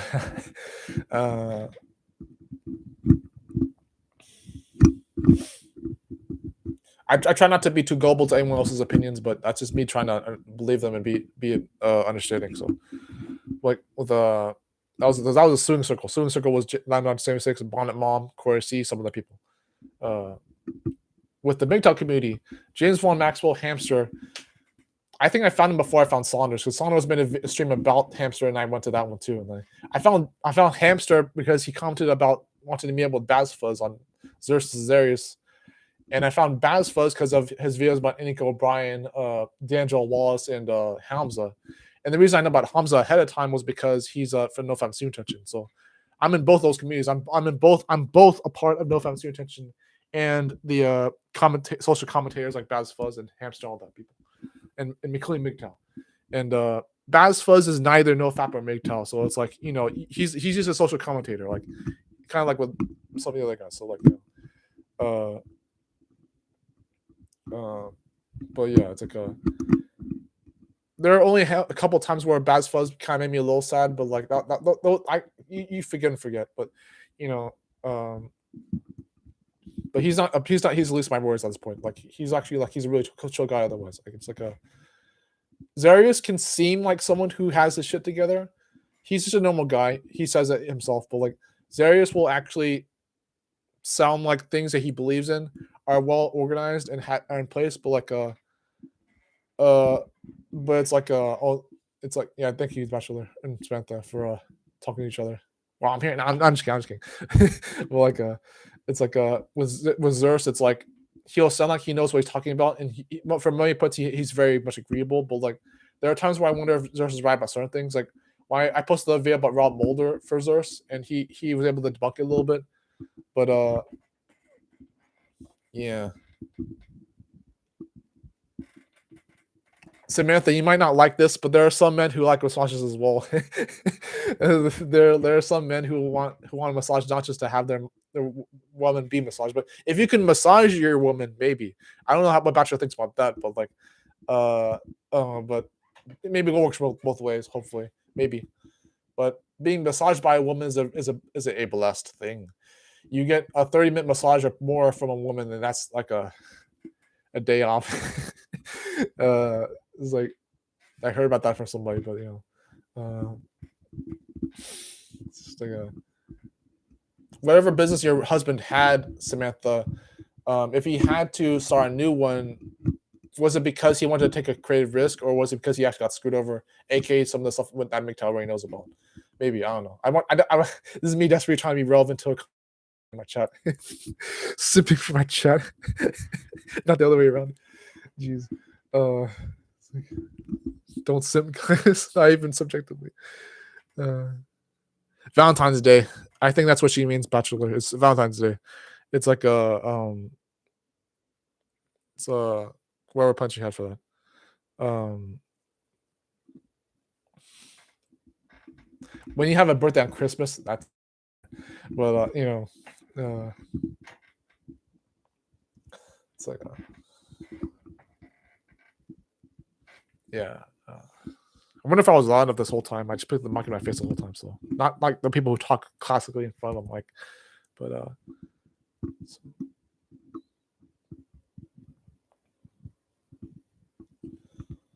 You know, something that bothered me about insurance was when I was trying to get in 2021 was when I was about to get a life insurance sales job, and then the one of the things on the training said, don't worry about having to get your paid back for insurance in a proper way. You sold yourself away when you did life insurance in the first place. I was like, that's what life insurance in general, right? Not even just being a salesman. Like, damn, they're gonna tell me like shit like that bluntly, and I'm trying to be a salesman for them, and they're saying that just from being a person who's insurance in the first place. That both tells me that insurance really is a scam bullshit thing, and that you happen to know that with insurance is like, I'm sorry, Samantha, that doesn't appeal to you, but it's like, because what I learned about insurance is that the idea behind it is that it wasn't supposed to be in place. There's a whole schematic about insurance, about how it's been put in place for the businesses, and that's one of the things that's disturbing about it. But like beyond that, insurance isn't technically necessary. It's like it's something that you're not supposed to have, but it's like, but people who shill for insurance, they only do it because they actually think that they can't live without it. And there are some people who think that even healthcare is necessary. It's not. There are ways to live without these things. You don't have to have hospice. You don't have to have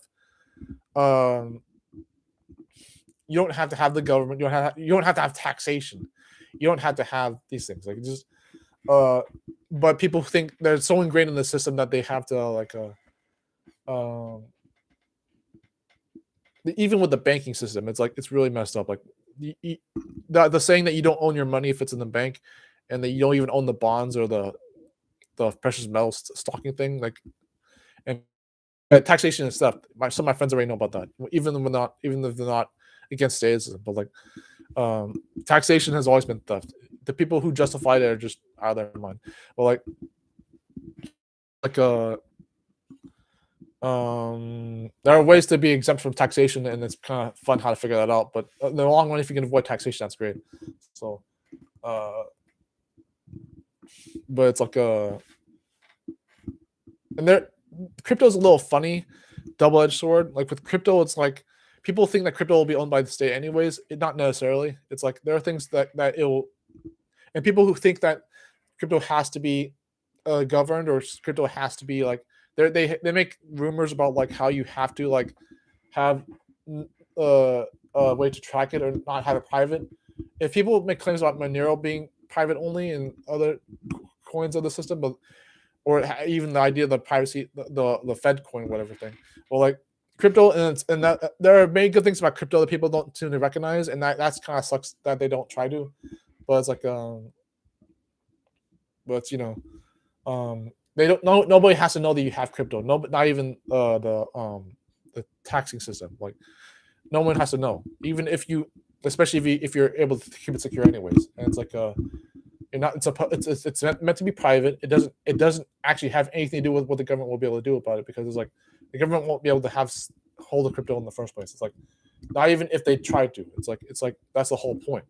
It's like there are these innovations that come into place, including not limited crypto, that are very well misunderstood. The reason some people judge crypto comes down to like their experience with like Coinbase and crack.com, and that's how you get encrypt. That's how you go against the idea of encryption on action. Like some of these people who use Coinbase and crack.com, they'll think that crypto is a scam because they've been scammed by the actual coercion of the state to not believe in crypto, because that was the point for them.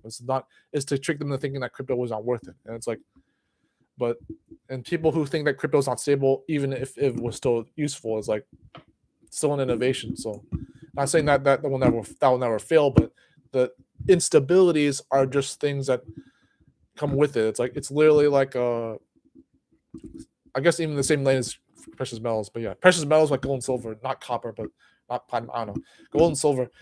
Like with gold being around two grand and silver being about $25 per pop ounce. They're still low right now, so you just get them. You get them where you can. I'm certainly trying to. So even if it's just practice ounces, just practice with ounces. Start small if you can, and you gradually get build the habit. But precious metals, get the actual physical thing. Don't put it in a bond. Don't put it in a banking bond. That's not that's not worth it. Like get dog food, cat food, baby food. Prep for shit like that. Prepping. God, I made a prepping video on my alt channels. You'll find it if you ever look for it on March Crawford, James Gold Spinner. Dude, a lot of this shit will still be like hard to find later. Not even in the collapse, but like actually like for people who just want to have it. Like not baby food. Okay, never mind. Cat food. Just stocks and cat food. Okay, never mind. I was just thinking about covering flanks and not leaving stones unturned. So never mind. But if it expires too fast, then fine. But I was basically just thinking what's easier to keep for someone who might need it later. But yeah, but you don't want to have the baby, so never mind. Yeah, cat food, dog food.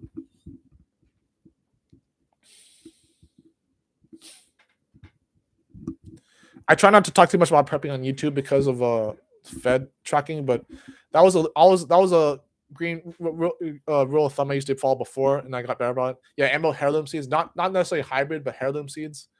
A.M.A boxes are good for both. You could even hold the A.M.A box just to hold medical apothecary shit and like medical supplies, first aid, and you can hold seeds in the A.M.A box. There are some A.M.A boxes that hold seeds on sale, so that's kind of fun.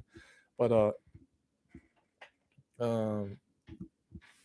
I think someone just deleted a comment. It's okay.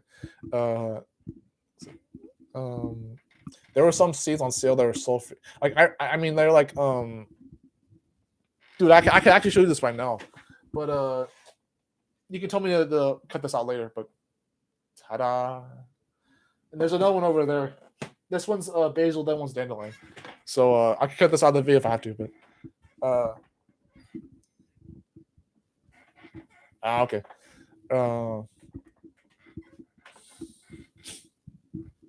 And I successfully grew potato once, but I didn't know how to harvest it or even what to do with it. So I just cut off the stems. When I grew potato for like 2 months, it wouldn't, even when I took out all the soil and left it behind, it wouldn't die apart completely. So it was pretty fun, the experiment. Just watering the potatoes that I got from the store, and then just growing them indoors, and then I can hold like handheld ones, but the prep, like what Saunders said about prepping, where you don't tell anyone about your prepper, and you don't try to make sure that you get you prepare for a future that could be good or bad, and some of it's guaranteed to be bad, some of it's guaranteed to be good. You have to prepare for everything. Cover your flanks. Don't leave stones unturned. Dude, there was a guy, Man of Mastery, Greg Steiner Jr. He talked about the DEF CON 1, and Yeah, I got. So, Bachelor, you say you're Danish, as in the pastry, or just um.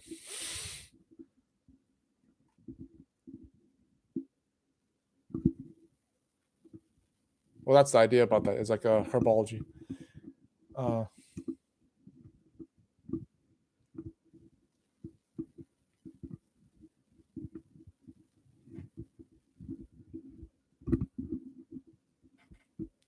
Trying to hold my breath a little bit.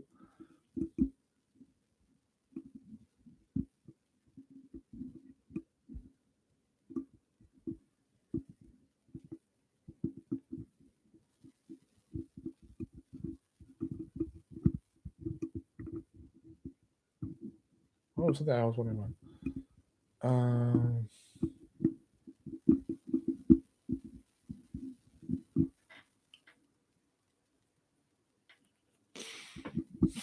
I'm so fucking dirty.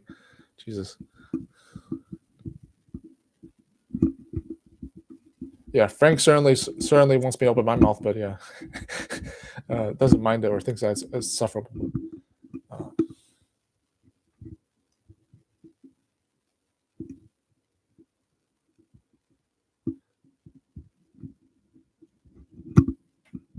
Yeah, some of my friends love Danishes.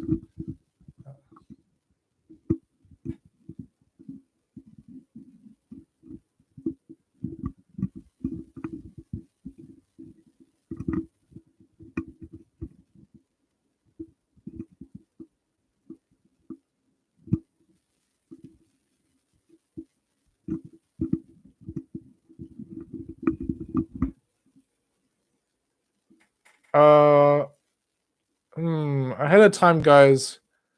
Are there any like boundaries you guys don't want me to cross later on? Like things I shouldn't talk about later?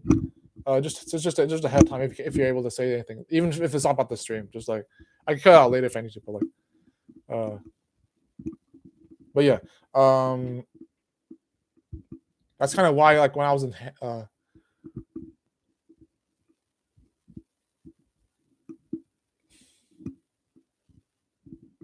yeah, or being skilled in like knowing how to use like nearby objects as weapons, knowing what where west where having like a human compass, knowing what direction is which, north, south, east, west, without a compass. Learning a martial art or something, being able to swim, climb, run, jump. Uh, that's from like a creator made that video about that, about being that practical in survivalism. Um,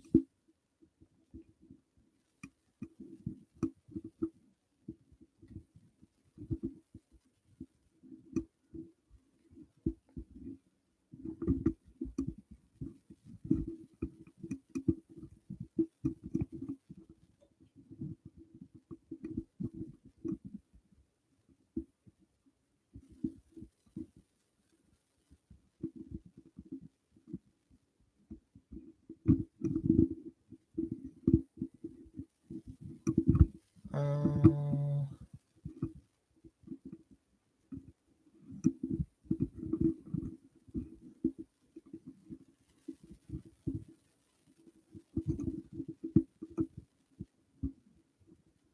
I covered a lot of the interesting topics already. I think it was like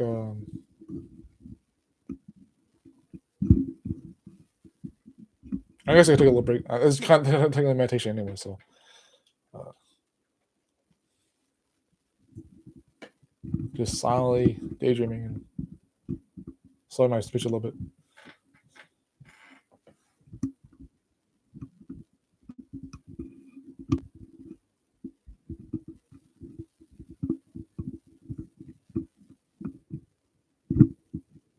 And we're about to approach the we're past like a little bit, an hour and a half. So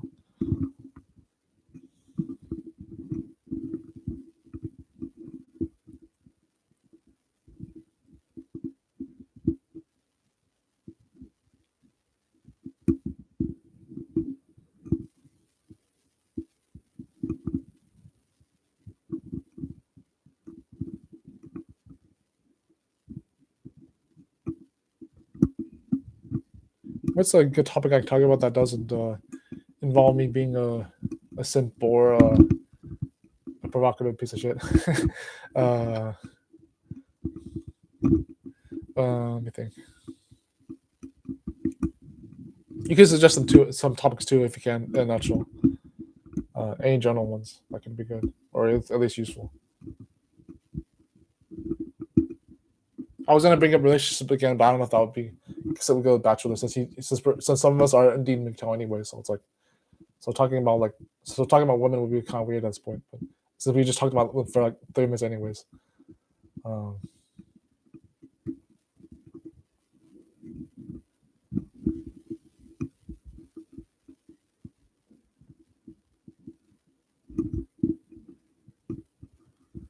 um, there was a time a couple of days ago where I wanted a dog, and I was like wondering about that if it was helpful for that reason.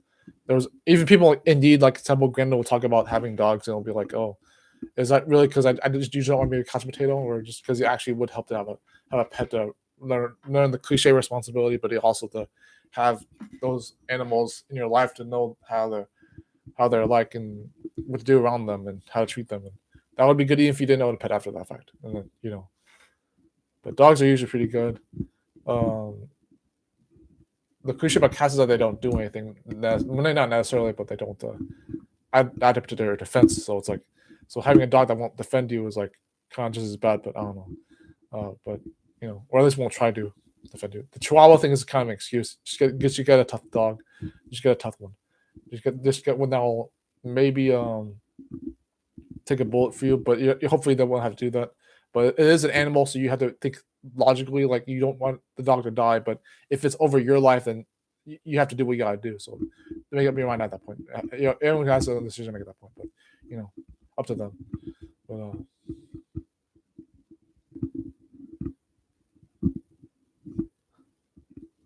But it's not just about the self defense. Having a pet is also very mentally healthy. It's nice to have a man's best friend. So.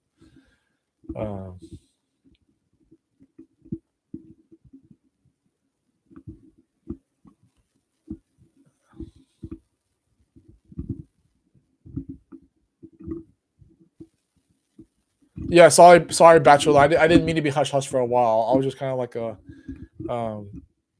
was hyper fixated on one thing you said, and then I had to make sure I could collect myself, and then, but that's kind of why I said that. I was trying to make sure that I was going to be careful later, but, or be more filtered later if it was necessary. But I'm between you and Samantha's opinion, so it's going to be tricky to navigate that if I don't have my own judgment. But I try to have my own judgment either way. So, but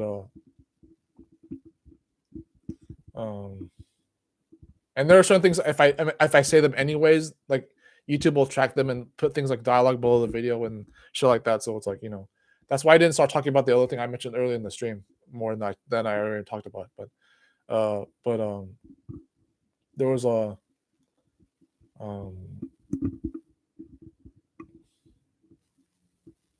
maybe I could save that for another stream even if it's still not appropriate. But especially the parts I can relate to it. Whatever vague thing I didn't say yet.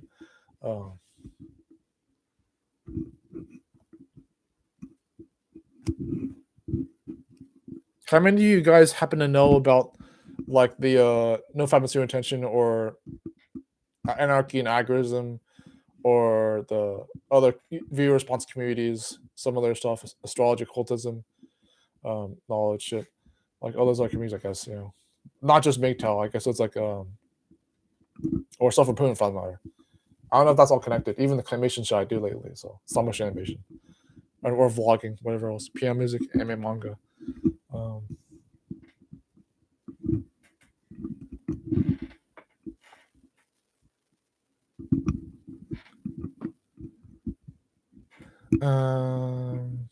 I'm still chilling though, but yeah, my voice didn't get out completely yet, so.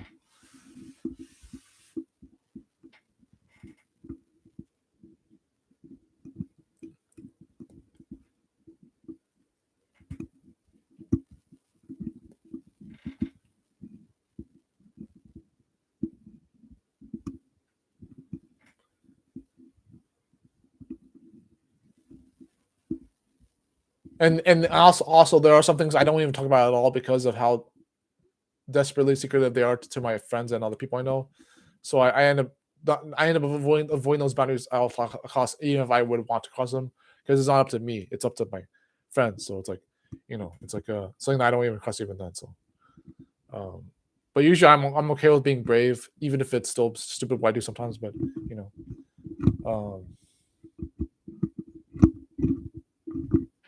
I'm wondering if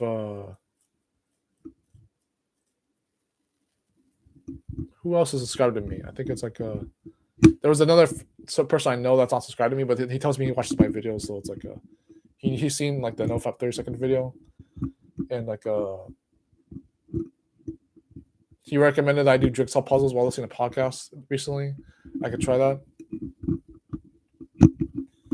He I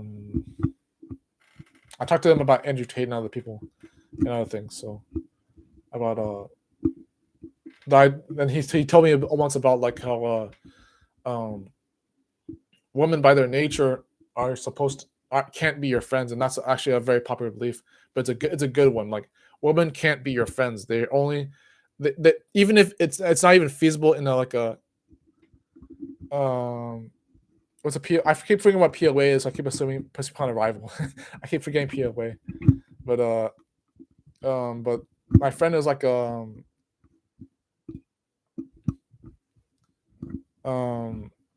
he said that like women can't you be your friends because they can't who's a pickup artist bachelor is my friend because my friend might be a pickup artist but it's like he he would just he would say that like he was very sometimes he would be risque about how he deals with women but he does believe that they're not supposed to be your friends because naturally they wouldn't be able to withstand being one anyways. It's like it's hard to maintain them even if you're it's like Andrew Tate. Oh, okay.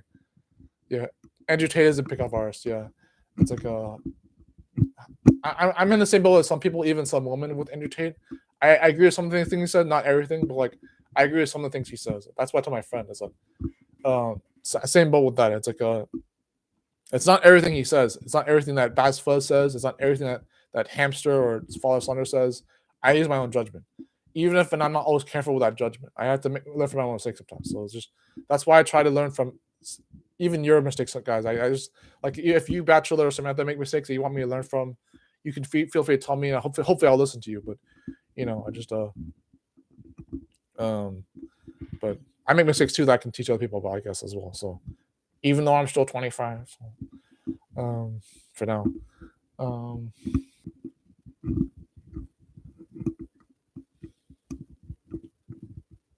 oh wait, shit. Oh yeah, there's a little aspect there. I think it's connection issue. So. Uh,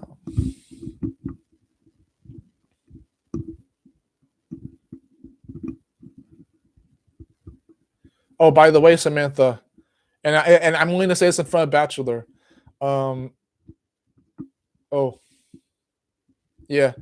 Uh, at first, I thought about what you said about the friend that you thought we could connect with. I'm not so much against it now. It's just that I'm still looking at myself. So even if I were to change my mind about that later, it wouldn't be something that to just be like, oh, I want to be with someone. No, I don't have to be like that. But I was curious before, but I only because I was negotiating with myself. But I just um, but I will improve myself. I will exercise. I will try to improve my habits or whatever. Uh, oh, see you, Bachelor. Yeah. Um, but Samantha, the thing was is that I wasn't someone who was only trying to be in a relationship or manifest my new person, lead person, whatever thing with astrology or whatever manifestation journey. It wasn't have to be that BS wise, even if it whether it's woo or not. But like Samantha is like your friend might be still nice. Who knows? Maybe talk to them will still be a good idea whether I'm in a relationship with them or not. But it's like but I will try to improve myself on the ways. If I'm not already trying to do enough, then I'll try to find a way. But I'm already getting a little bit of a maybe I need to be more consistent with my workouts in the first place. But or my again, I keep calling it habits. I don't know the word for it. It's like a um um not dress up tired game, but something like that. You know. Um so yeah.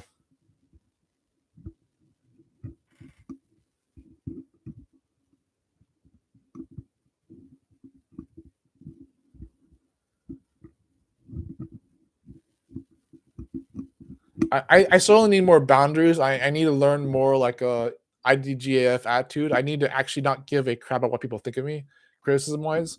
I need to have more boundaries. I need to also to be. I do need to be more selfish because I'm grateful and generous enough the way I am. I could learn more of that too, but I also care too much what people think of me. I'm too nice to them. I need to learn how to be more selfish in the right way. I need to be more like someone who doesn't like allow themselves to be a stepping mat because they think people will be hurt if they don't. I need to learn the balance between that. To be virtuously humble and responsible, but also badass enough to not have to be screwed over either. And that's a lot of what comes with MGTOW anyway. So it's like, which is a good thing. It really is. It's just you know, um,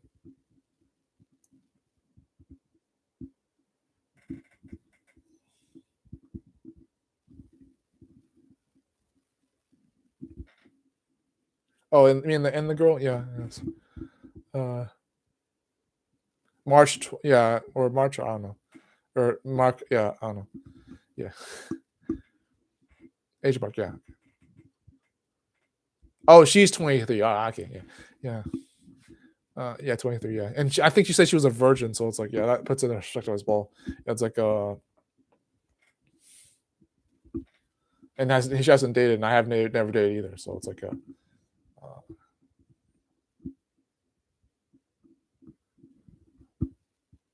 yeah, both. And we will both be indeed eaten alive in the real dating market, red pilled or not, because we don't even know how to be past our own naiveness. But I was willing to admit I was a virgin. That was pretty cool. That sounded pretty cool to some people. I think it was like someone 1,000. She was like, oh, at least he admits he's a virgin, not being a bitch about it. Like he doesn't just lie about being a number person or like number game or actually say uncomfortably that I'm virgin. But I was confident at the time when I said that in Saunders' stream because it was the truth for one thing, but it was easy to say because I was used to being confident over time. But yeah, uh, yeah,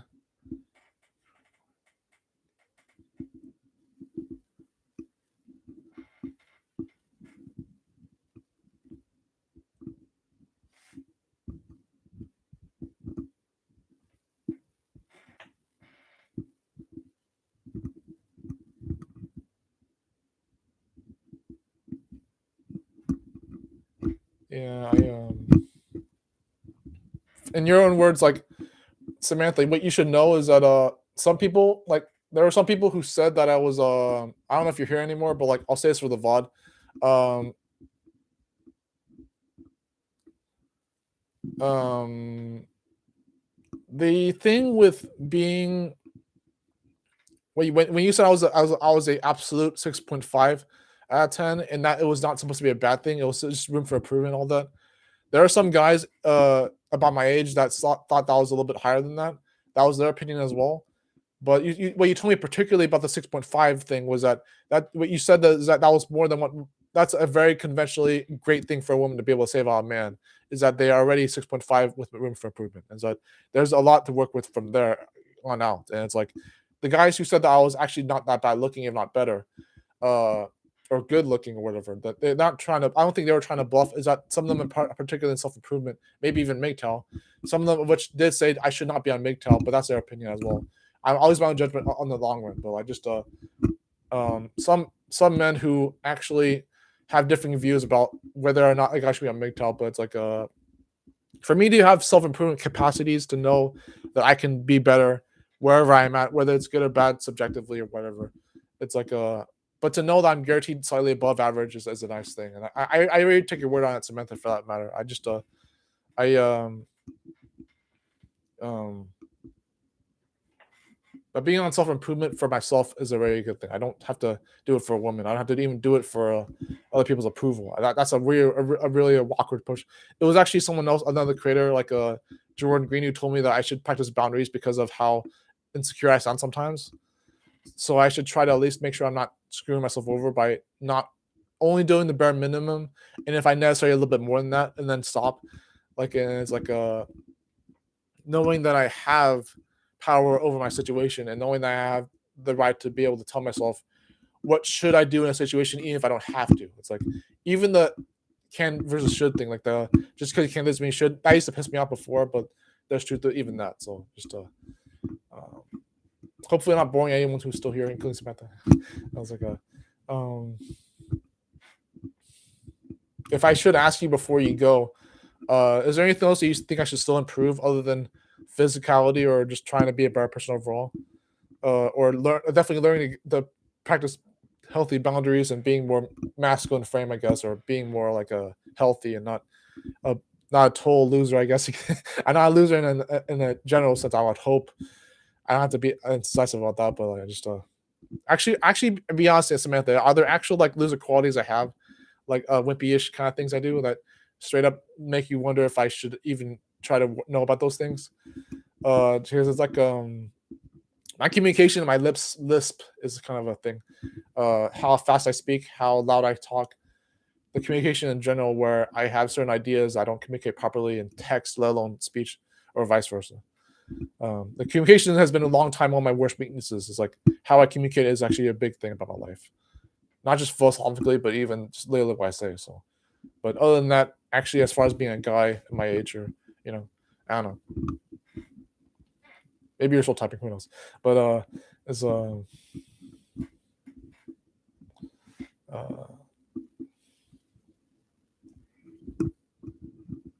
we're about almost get to 2 hours, and then I'll still go on the stream. I just didn't. I'm still chilling, so either way.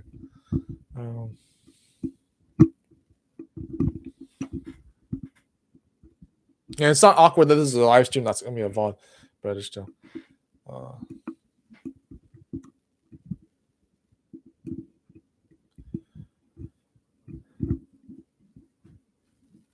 Awkward weaknesses, and then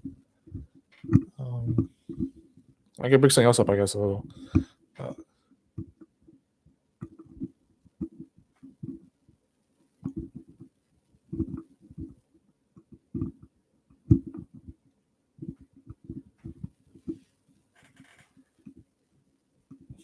Yeah, however many points I can get above 6.5 back.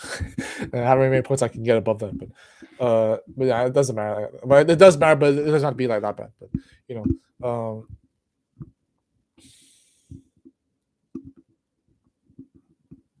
all right. Yeah, I got it.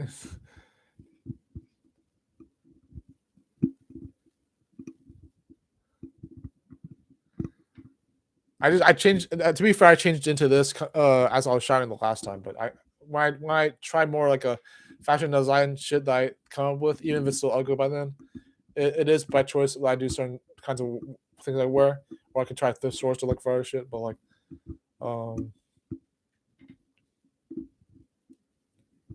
I think it's not just how you wear clothes; it's like it's literally what you're like what you're literally wearing. But I'm not too easy about wrapping that around my head just yet. So I don't know if I had practice with that, but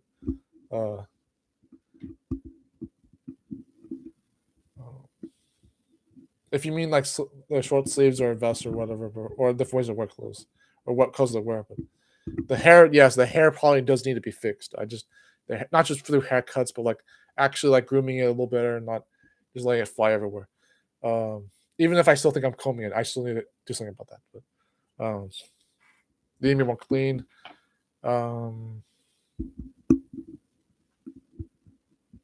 I used to have a skincare routine, but it wasn't easy to tell if I actually improved or not. Sometimes I did, but you know.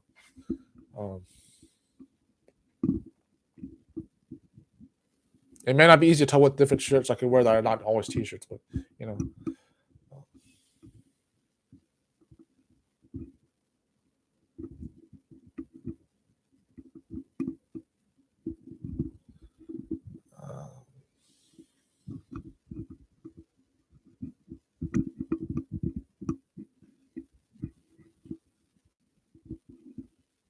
Also with the video qualities, sometimes I could still use lighting and audio better, even if I don't believe in quality content the way I keep saying I don't. But you know.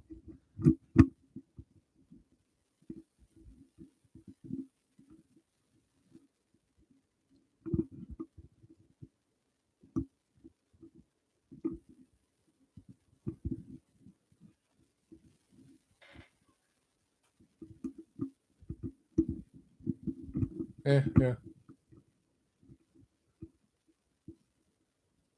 And I kind of do that subconsciously too. I don't. Sometimes I intentionally slow down, or intentionally talk quieter, or intentionally talk less trippy, without the lisp or the what else is it called? The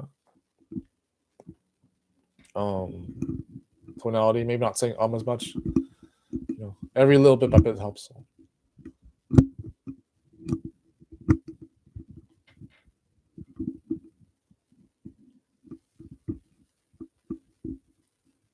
I don't mean to ask for too much help that I might not use right away, but there's some kind of edges that's going to be pleasant to talk about. But you know,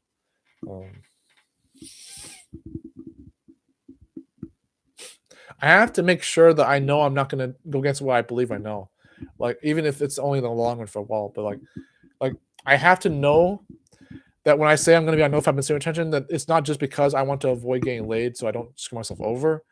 I have to actually believe that the lifestyle I'm going for is worth it. So I have to believe my self improvement and my journey as someone who's working on themselves and on their grinding on their purpose, whatever else, that's worth it. I have to at least believe that.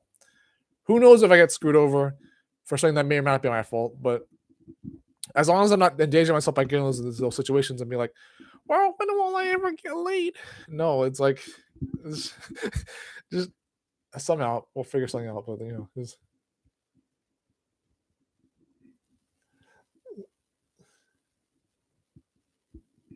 okay.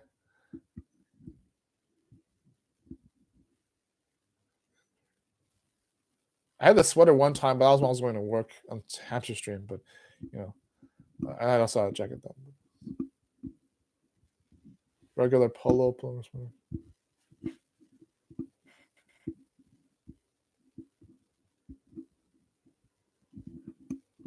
I'll look for those, the polo sweaters. Yeah. I wish I had vests, but I don't know if those are attractive. The shoes are a little weirder too. So. Yeah. The shoes are weird because they say that certain shoes are actually better for clothes that of certain attire, depending on what pants or shirts you're wearing or hats. The clothes have to have a consistency that's not only the same thing, but also at the same time doesn't just look like it's there for no apparent reason. It's like this is especially important for hats and shoes. It's like you have to wear certain kinds of it's not a rule per se, but it looks ugly in certain conditions. Like it really does. That's I understand that much about fashion, and it's like, but it's like even if it's good quality clothes, if it's done improperly, it will look really bad. So it's just I can work on that, but I just um, I got at least a certain variety of clothes, even if I didn't know what I was getting from other people or myself. But yeah, like I was saying before, I have to make sure if someone tries to tempt me with the poon, I have to avoid it. Not just for MGTOW, for myself, and maybe for semen retention. That's kind of the point. But if I don't actually want to have sex, like I have to make sure that I actually get what I'm asking for, especially if I know I don't want that anyways. If I do or do not want it, I have to know for myself. But it's like I'm saying this at random because this is a case in point for something that I actually care about. But like it's like if I know I'm trying to stay celibate, if I know I'm trying to stay on my purpose or on my grind or something. Oh yeah, okay, yeah, yeah, yeah, pretty much. It's like a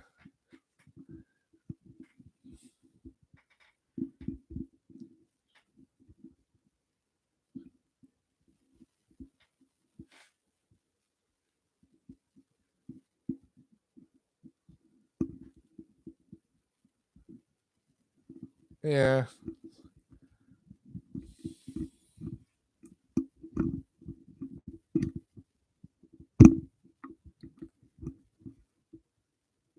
Oh, are you looking back through the pre-live VOD or I don't know?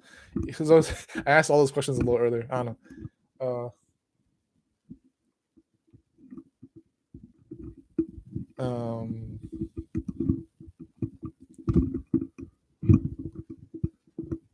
Yeah, the wrinkles may not ever go away, especially as I get older. But like, they're not even hardly there at the beginning. They're kind of harder there anyways. It's like very tiny wrinkles that, if they're even are wrinkles, they're just like three receding lines that aren't really there. But as I'm 25, makes sense at the point.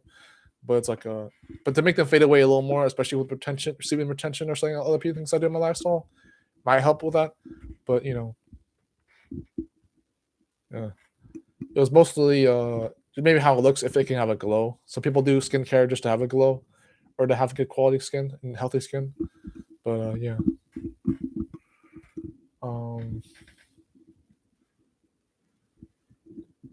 Yeah, sorry. I'm Samantha. I'm sorry I keep prompting you this question, but like, especially if I know I want to avoid intercourse, how do I do that? By holding my ground and sticking to my guns. Like, how do I tell anybody, not just women? How do I tell anybody no if I don't want it? This sounds simple, but it's like, okay. Oh, I used to say stuff like that. Yeah, I know.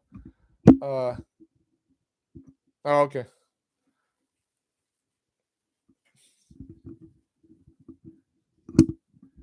Yeah, I should still work out. Like there was one video I made in particular about why I didn't already work out or why I was against it for some reason. But unironically I had goals to be more participant in like marathons and shit like that and being in the gym. And there was actually trauma about the exercise as well. There was trauma that I got over eventually because I learned that you don't have to be able to. I learned that you don't have to do the same thing as someone else and be the same type of person. You can still be a different person from them. So I got over some like crush anxiety, I guess you could say. Learned that I could go to the gym and not have to worry about what it makes me look like or how it makes me appear. And there was another guy from Nofap who retention taught me about how exercise is good for retention as well in my lifestyle. It makes benefits way better, 3 times better than Nofap with retention and exercise. But the reason I had the anxiety and trauma in the first place was because someone I knew that was consistently exercising as an athlete was still a fucked up person. And I was like, damn, I do not want to become them even as I exercise. It doesn't have to be relevant for that, but it's like, that was one of the traumas I had. So I got over that and I got past that with a lesson. And I was like,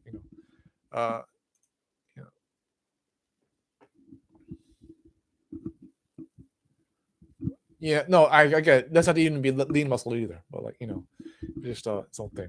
So I want to believe that I do get enough leg day exercises basically, but I need to do more leg day work on my legs more than just walking around or working and shit like that. I need to do more than that.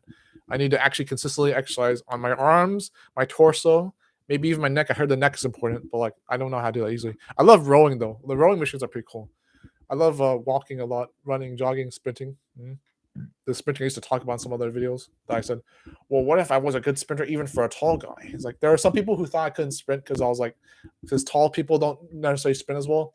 Not even necessarily cross country long distance, but like, if I at least love running or jogging, then that'll be nice. But but it can't just be my legs. It needs to be my noodle arms and my my torso, everything. It needs to be everything. And rowing helps with torso, so that's nice. But it's like maybe I should stop asking about avoiding sex. I'll talk about something else. That might be a little disturbing, anyways, for myself. But, I know you try to catch up, but it's okay.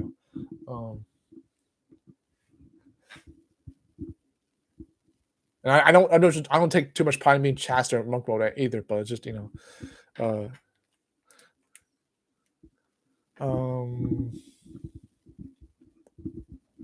still make claimations. I'll still do whatever I was working on later.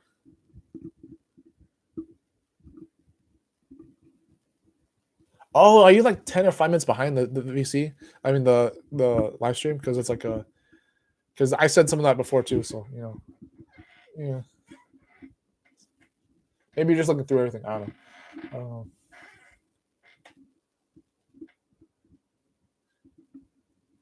I can get through. I had invest before. I can get more than later. I'll get more than.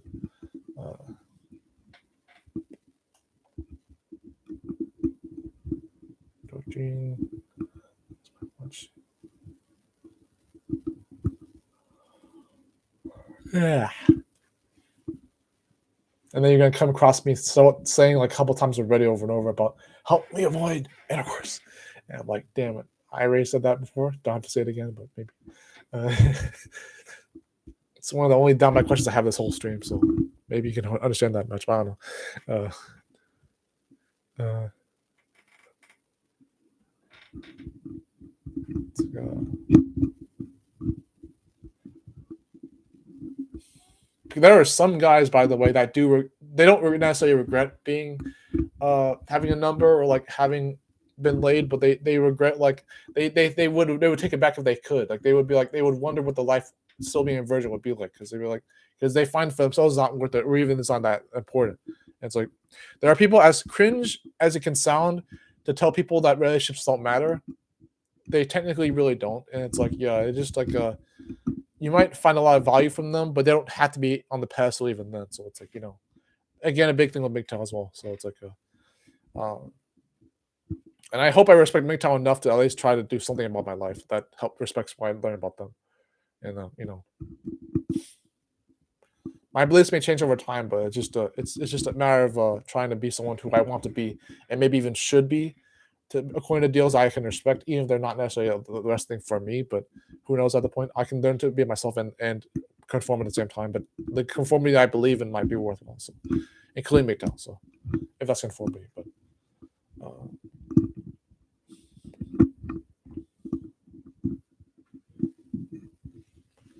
Yeah. I would wear white shoes with some good clothes if I did. Dark jeans.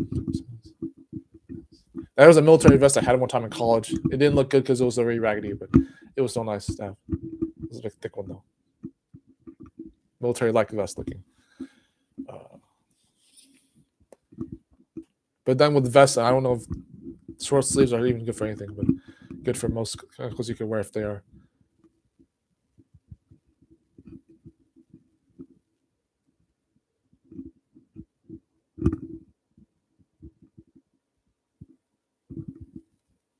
Okay.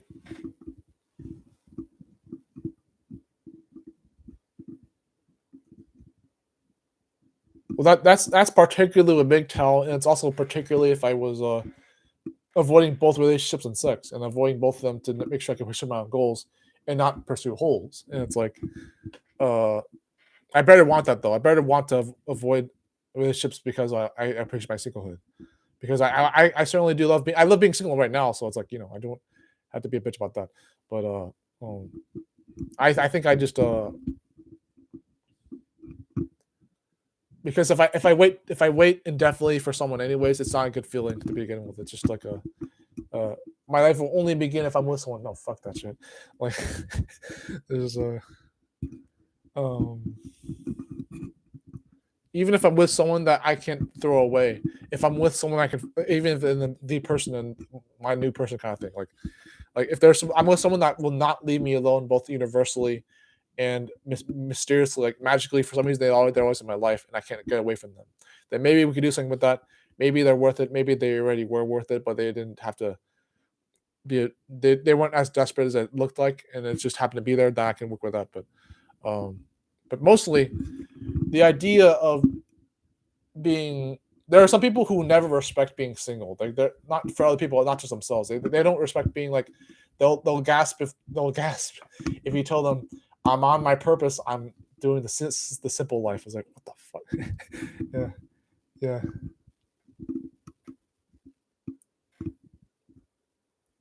Well, I was meditating at the beginning of the stream, so maybe you are a little bit behind the stream, but yeah. Are you really skimming through all the parts of the stream? Because I don't know if you're here right now, but I'm at the part right now where it says 2 hours 9 minutes 13 seconds. So it's like I don't know, but let's push a talk speech to text so that maybe you're just trying to respond on your time and taking notes, I guess, which is nice. But yeah, that advice was doing the same thing doesn't make you the same person. Basically, it was like that. So it's like. That was a trauma I had with exercise because what she did was that she was like an ex crush and she exercised a lot, but she was still a pretty messed up person on the inside. It was like not just a woman, but as someone who made other things as well. It was weird. It's hard because she saw other people's narcissists as well, so it was like weird. but it's hard to believe that it's manipulation until you realize it for sure. And it's like, yeah, calisthenics. Calisthenics. I think is calisthenics different from cliche exercise? Is it like instead of lifting weights and pulling shit, you're just working on your body without weights? Or I don't know the difference between those. I think one's without weights, like running, and the other one is with lifting weights and all that. But yoga for sure I could try, or stretching, yoga and stretching. Calisthenics is yeah.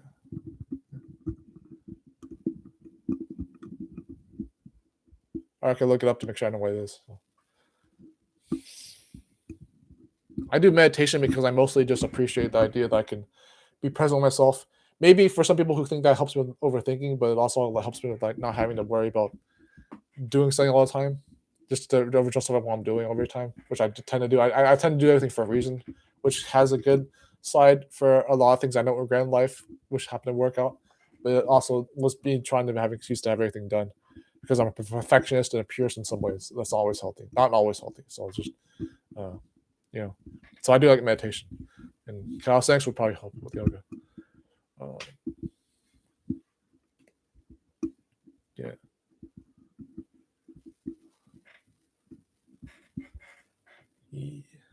I still kind of I know I can do it to myself too some one day, but some of the guys in the MGTOW community that were like able to like stay in stream for like a long time and not have to worry about what they're doing, and they still put effort in what they're doing with the live streams. Is like, damn, enjoyment for sure. It's like,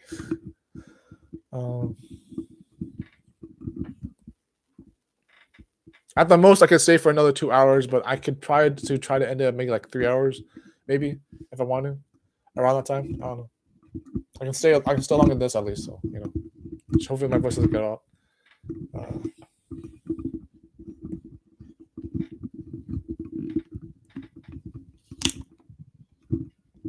Yeah. Oh, okay, it's okay. I think that's what happened last time. You were off for like 10 seconds before, and then it came back.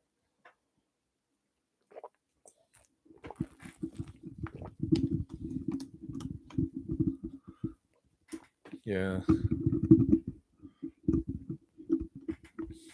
Hopefully, I can train if there's a way to even train my voice to avoid getting gas ballot air, or lose my speech because I fucking talk too much, even for my own sake. Yeah. But some of you guys can handle it though. Maybe because of the volume of how I talk or the tonality.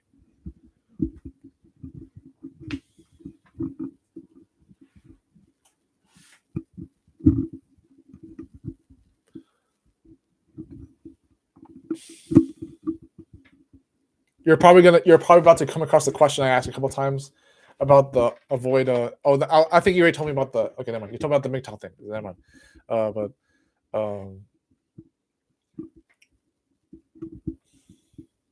yeah, never mind. Okay, you probably already answered that question then. Okay.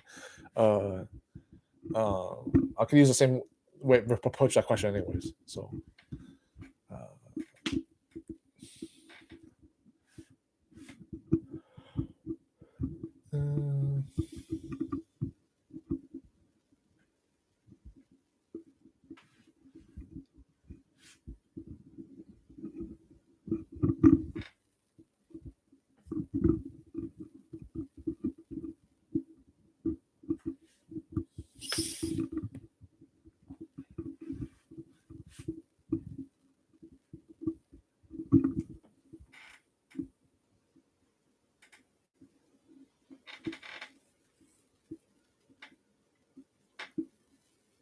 I'm sure you're gonna find some other questions in there in the VOD if you're still watching them right now. But if you're here right now on 2:14:6, then it's like yeah.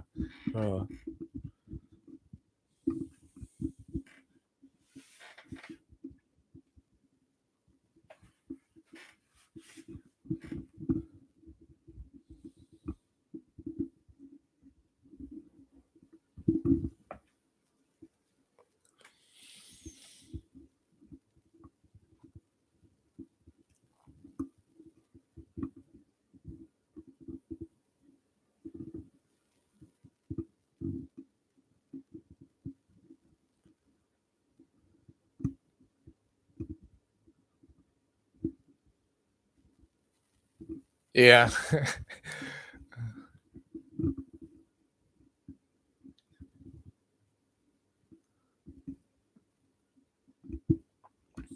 Yeah, basically.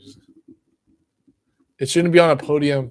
Sometimes it gets on my nerves when people say that sex either doesn't matter or that it was wasted seed or so. Well, wasted seed's true, but like when they say that sex was pointless, I kind of get a little iffy on that. But it certainly shouldn't be on a podium either. So it's like uh, it should at least be fun or at least be like whatever the hell it is at that point. It shouldn't be something that you only care about and nothing else matters anymore. Like that's one of the weird attachments with addiction is like people will think like sex and porn is the only thing that matters to them and nothing else, and that can be really sad spot to be in. I mean, I'm kind of technically there still right now, so I'm hopefully getting out of that hole eventually. But so uh,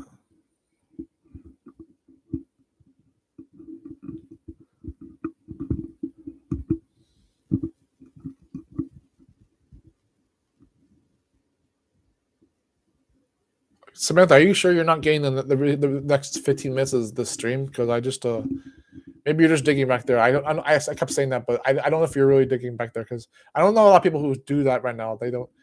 I always usually dip back into a live stream that's still going if I actually didn't want to watch what's still on there. But if you're taking notes going back there right now, then yeah.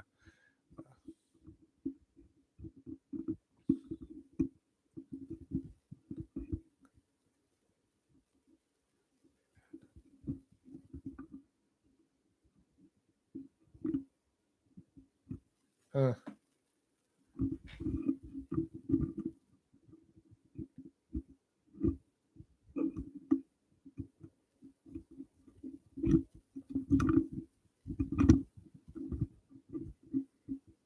yeah, win-win situation, I guess.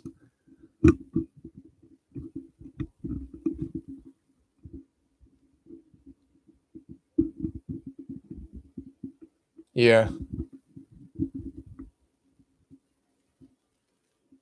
Oh yeah, no chasing. Yeah, no chasing for sure. Yeah, don't chase. Don't chase. Don't chase money. Like, it doesn't look good. The people who say no, only men should chase, no, only women should chase. That doesn't have to be the point either way. Just don't chase. Like, um,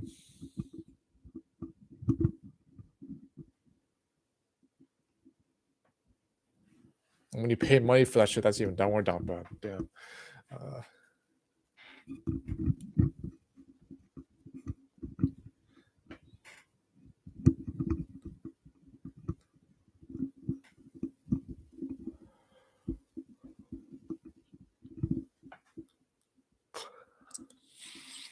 I might respond a little differently because if you're a little bit behind anyways in the stream, then I might respond a little slower to what you're saying right now. So, and from the past part of the stream. But.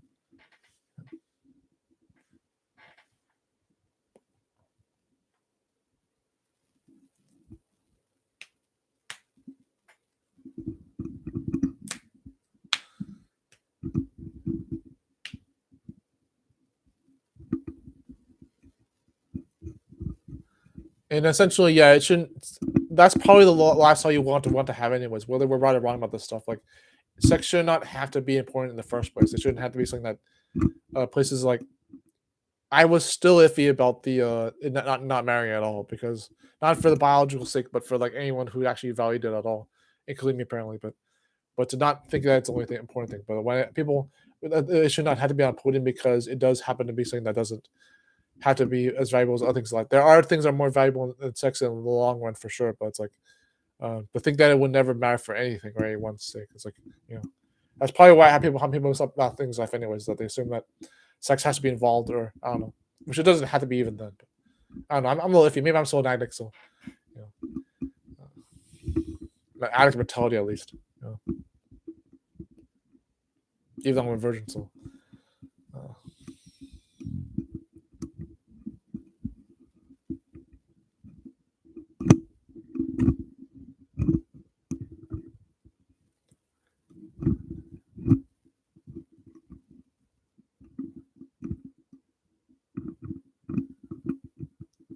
oh, was that a stream too? Why stop exercising? I don't know.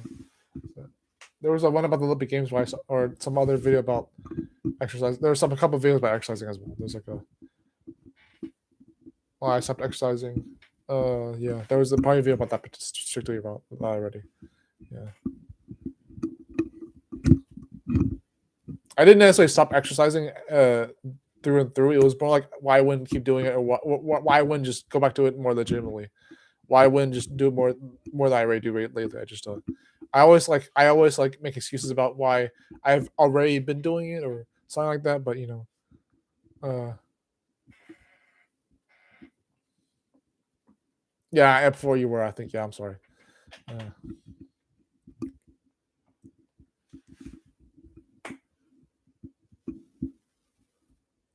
oh, that may have affected. Yeah.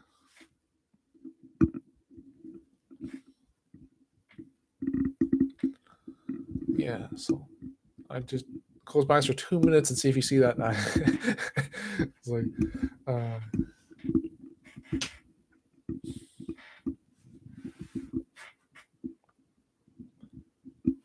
sex doesn't have to be too important. Yeah. Like, I'll exercise and then.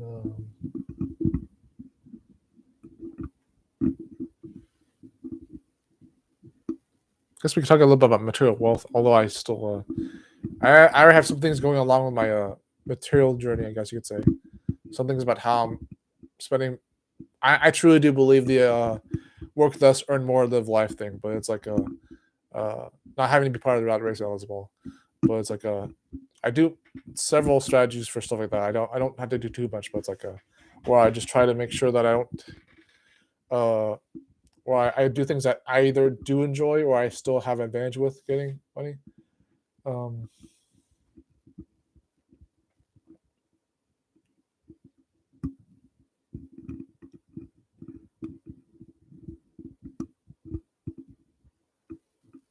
yeah, that's kind of why I was I may have been a little bit. I was a little. I may have been a little. Okay, I'll admit this. I'll admit this up front. I was insecure and afraid when Bachelor came in, because I was actually wondering if you would leave if I suddenly started saying I'm not going to be MGTOW. What are you going to tell me to do? And I was like, I actually wanted to respect what he said. I actually wanted to at least listen to what he said. That was what the said for me. Uh, but I want to use my own judgment the best I can. I didn't want to have to like be too gullible for one person or the other, and I was trying to make sure that I didn't just be MGTOW just because it was good or it was uh, just because it was proven to be working for people. But if I actually want to be MGTOW or if I actually don't want to be MGTOW, that being up to me. I hopefully will try MGTOW for a while if I can, or even longer. Um, I don't want to be scared of anything else, but hopefully not. But hopefully I don't have to be.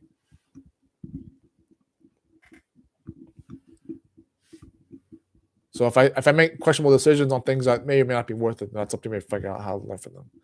But I can certainly learn from other people's mistakes as well. Learning from other people's mistakes and learning from my own mistakes. But not hopefully not having those matches together all the time. So their mistakes and mine. So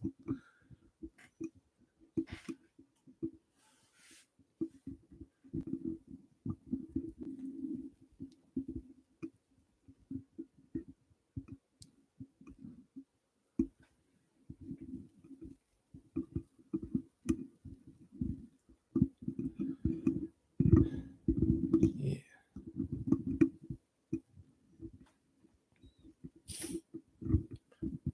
So whether you're still here or not, Samantha, I can stream a little bit longer after you're out or something, and then I can do one more meditation and then close off. I don't know. That's not right now though. I'm still chilling. My voice won't give up, not just yet, but yeah. So, um, I was still also talking about my wealth of all of a sudden. I was talking about like material wealth and maybe spiritual well being, maybe, but material wealth and making enough money on your own so you don't have to get screwed over by people who don't use your money if you're not with them. Make town. It's like it's like um um yeah. I don't want to disappoint anyone who thinks I may or may not be making decisions that are worthwhile, but just you know, some mistakes are not worth learning from because they'll be so bad that you want to have to live them again. But it's like even some of the unbearable things are worth it. They have to figure out what those are and whether they're worth it or not. But you know,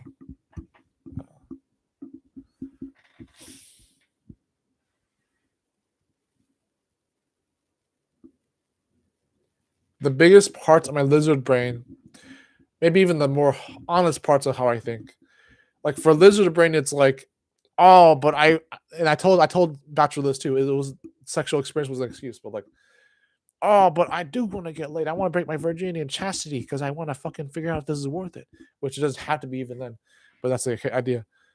I want to break my chastity and get all the sexual experience. Which this guy who's trying to do that. I mean, dude, or not, or even entertain the idea. It's like, yeah. But being the kind of person I am, and it's not that I will never do that or I never should, but it's like, but I have to make sure I know what's right for me, anyways, or what I would rather do, or what I really want deep down, what I really want. But you know,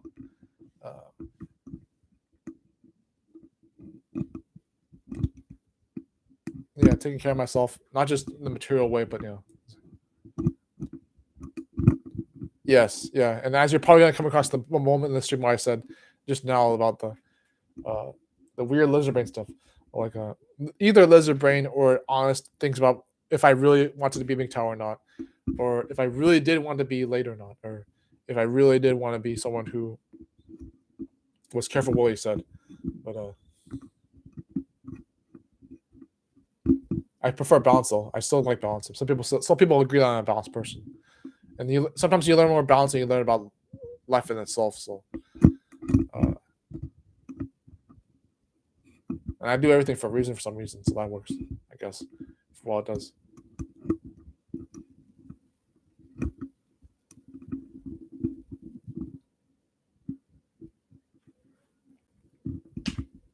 So precisely with the tension to work out on the natural, because it does for most of those scenarios.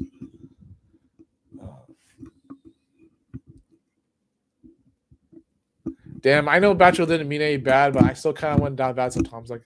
Like sometimes I'm scared of Bachelor because I know what he has good intentions, but it's like I don't think even think Bachelor is the most strict about MGTOW, if that's even the opinion I have about him. It's just people who beseech that they have good intentions, and I know that. And it's like I'm not trying to say this behind his back too much, but it's like they really don't want us to go through the horrors that they did. They don't want us to go through the sad shit that half of them went through, like the really hard shit that was not necessary, or even if it was necessary for learning something, it's still not something that everyone should have to go through. It's like they don't want us to make those mistakes, even if we should know something about them. And that's what they're trying to tell us. So I get that. But it's like there's quite a bit of lizard brain and naivety I need to get past. So it's just you know, some of that I can learn from the right experience, I guess you could say. Even if that's worth experimenting with other things. So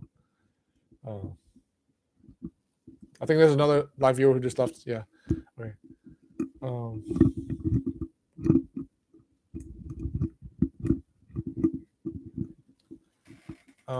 Hopefully this VOD gets uploaded if I get one.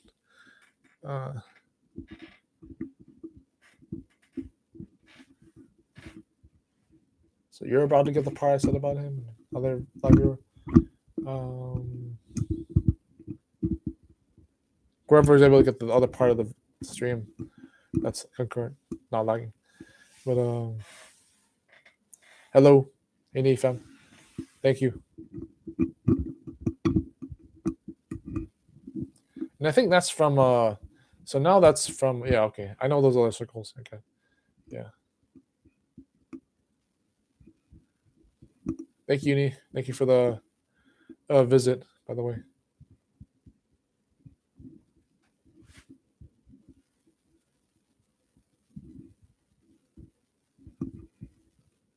I wasn't on the Discord for that community yet, but I will be eventually if I do. So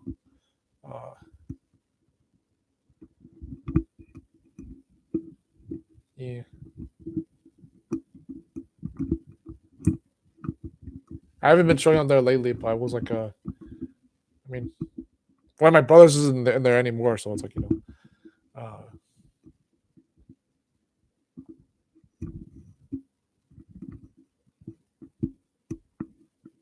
yeah.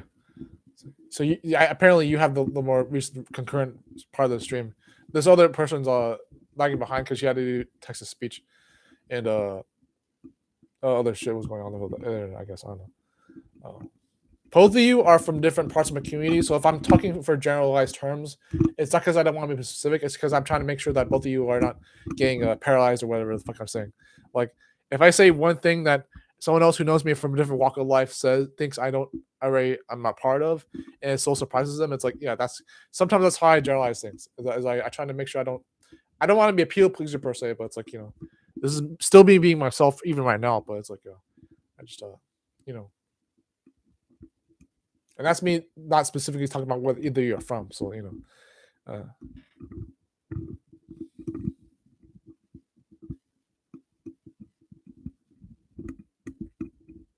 otherwise I was actually ask me anything in meditation. So that's the title. So yeah.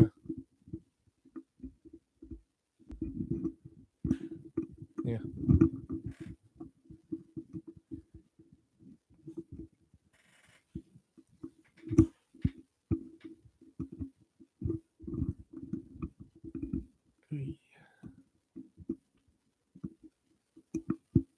I'm pretty sure it was Bachelor and Samantha would liked it. You don't have to need, but this is me kind of tricking you to give the third like to the stream. I don't know. Like if you do, if you don't, it's okay. But so I know you have a more concurrent. Yeah, there you go. I know you have a more concurrent live feed right now. So yeah.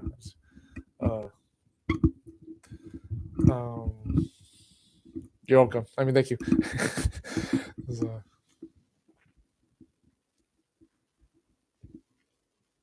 yeah.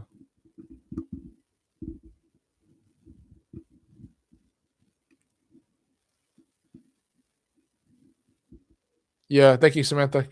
See you around later. It was mostly just because I was actually someone who I know I had multiple communities in the same channel, so it's like I talked to pretty much everyone on them, but it's like and I'm less arrogant as someone who still technically is. I'm someone who gets accused for being selfish a lot of times, even though I'm so something in other ways. But like, I'm not arrogant because I'm open to experimentation, and I'm also someone who does have. I have answers I take for granted, but it's also shit that I don't have to like worry about anyways. But it's like it's different for everybody. But for me, I just try to learn from what I can try to do, and that's how I describe it. But see you around, Samantha. Thank you. Yeah.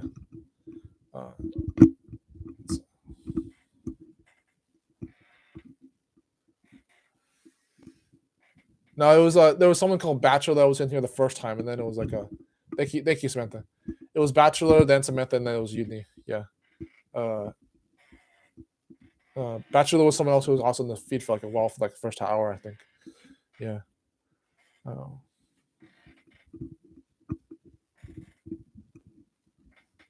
Yeah, thank you too. Thank you.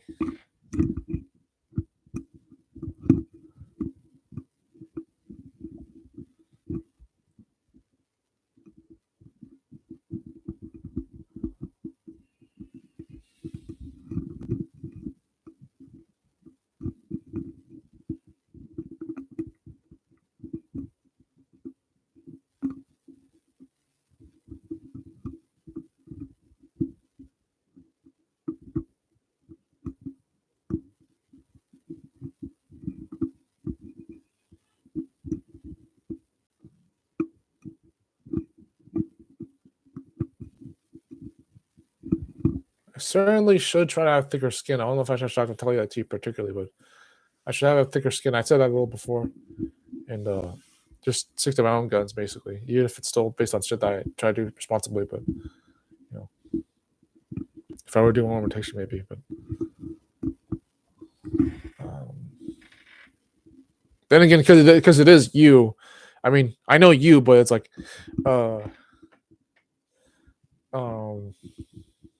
I don't know if you see me like this before, me, but it's like, I just, but this is me. Also, again, like I said, keep saying this over and over, generalizing this throughout the people who know me on this channel. So it's like, it's every community I said before this VOD. If you were gonna watch it again, you might be surprised about what I say throughout this whole thing. But I just, or if they look before in the chat, you might be surprised what we may have been talking about. So it's like, as far as I know you though, the private Discord that we're in. I think I wasn't avoiding it. I was just not using that part of Discord yet. There were even parts of my main Discord I wasn't using as often, so I just took I see Ray every once in a while, and I don't have to see him as much. But when I see the rest of you guys, I don't have to say your first names on your stream. It's like, yeah. It's like, but yeah, this was supposed to be like Ask Me Anything in meditation stream. It was just a chill stream that I first stream in a while this year that I didn't do in a month or two, so I didn't want to push that too much. I was to vary that between shorts and videos because I go back and forth between nowadays by strategy and habit. But you know, but this might be a part of me that you may not be used to. So I just I kind of like just still act like myself if you recognize any of this part of my personality. But it's like I know that I think you were the person I said a question that you said. I think it was someone else I was on a podcast with. Someone said, yeah, I was on a podcast with somebody that said that it's possible that I see talking to a camera harder than talking to people because I'm used to talking to people. I think it was his belief that I'm probably used to talking to people over time. That I've been experienced talking to people compared to talking to a camera, and that's why it may be hard to talk to a camera. But you said, I think, correct me if I'm correct, but like you said that talking to a camera wasn't as well. I mean, talking to people might be more. I don't know. It's like talking to a camera doesn't have to seem as social, but that may be a misconception for either one of us. I don't know. Either or, but I personally found it hard because it was just a totally different nature. And some veteran creators talk about talking to a camera being like a really like a weird thing. Technically, I'm talking to you guys, but like through this camera, even in this live stream, but that still could be a little seen differently, perceived differently. But just real life interactions are so very valuable. They're very like authentic. They're very intimate. Even they're very like wholesome. They don't have to be like seen as fake, or if they even were fake, as real as they can be. But anything is a practice at this point. So we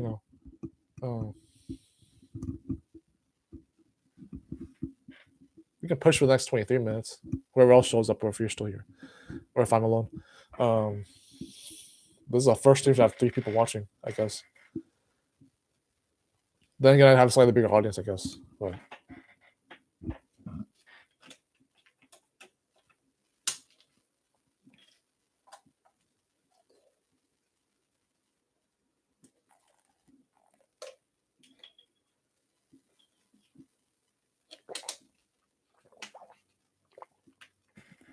just for the last part, I could talk about anime and manga a little bit. Relevant to this channel, you may have seen clips of or even the recent video.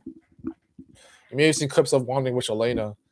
I didn't finish Spy Time's Family. I didn't finish some other anime I started. There's a near animated anime, Jesus, that just came out this year, and that some people watched it early last year because they had early access or something. So there's 2 episodes or 3 episodes of Near Automata version 1.1. There's Spy Time's Family's first season to complete already. And then they have a movie coming out in the second season for Spy Time's Family after the first 2 cores, coming October 1st, 2023. Yeah, that Japan got that somehow on ads. Yeah.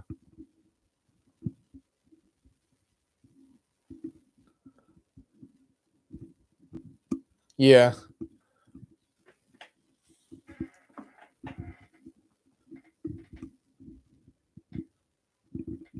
Yeah.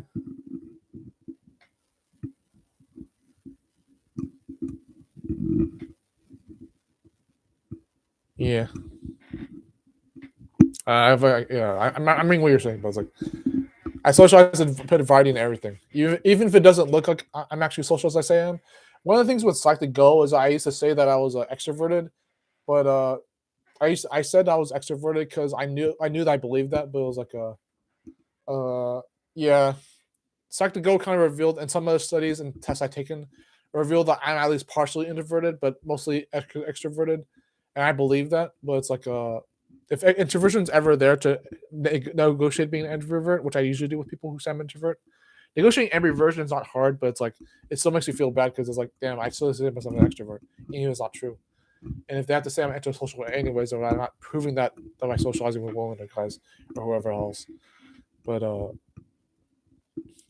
just I can go back to the anime manga discussion, but like I socialize At least mostly more than I think. Even I think I do. But there's even a psychology thing with like 150 friends or 150 social connections, as many people as you can instigate with at a time. So you're not only thinking about coworkers or romances or whatever. 150 people is the count you can keep at one time, mentally speaking. It's like you can have like a 150 people you socialize with any given moment, or not moment, but like by like as time goes on, you're like maintaining that people coming and going to that 150, and that's the average. It could be even more than that, but that's the estimate for people who think that. That's a psychological estimate for how people think that they can socialize. Or you can't socialize with 150 people. You can't even, let alone friendships or whatever. But that's not the point. It's to have those connections consciously or subconsciously, and then if you do want or need somehow more people in your life after 150 or less 150. And yeah, certainly I'm not one to believe quality over quantity for some reason, not even on YouTube's sake, content creations, quality content. And there's more about that, but I'm not one to believe quality of content all the time. But there is truth to even how that works, and I do believe in some kinds of quality. I really do, but just I prefer quantity because I like how things can be compared and contrasted with each other, and that materialism even includes in that because things that get compared and contrasted show you the beauties of how those things interact with one another and how they can still be in correlation so that they don't have to be isolated for even the wrong reasons. That's why I kind of believe in materialism sometimes. I don't have to have a messy room for that to be proven, but it just kind of like happens to be a thing I believe is that sometimes for me, at least if not most of the time, quantity over quality it matters to me. That's just me though, but or even consistency at least. But yeah, like Near Automata 1.1 was out.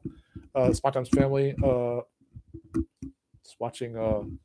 I was about to watch ReZero and Konosuba more or something, or for the first time, ReZero and then Konosuba more. I can continue watching Near Automata. I can continue watching some other shows, anime. I can try to finish Wandering Witch Elena because it keeps showing that over and over on my channel. So yeah, Near Automata and Spy Time's Family. Yeah. It's like a or ReZero and Konosuba. I don't know. It's like a near kind of. I know about the game. I already knew about the game in 2017 for some awkward reason, but I never actually got the game for some reason. I don't know why. Maybe because it was actually the secret about the game Near Automata was that ReZero and Konosuba, and then Near Automata was a game that I for some reason I played Hollow Knight, but Near Automata I wouldn't play Near Automata because it was a game that one of my ex crushes played, and it was also like it kind of reminded me of them in the sense that they are someone who went to Japan.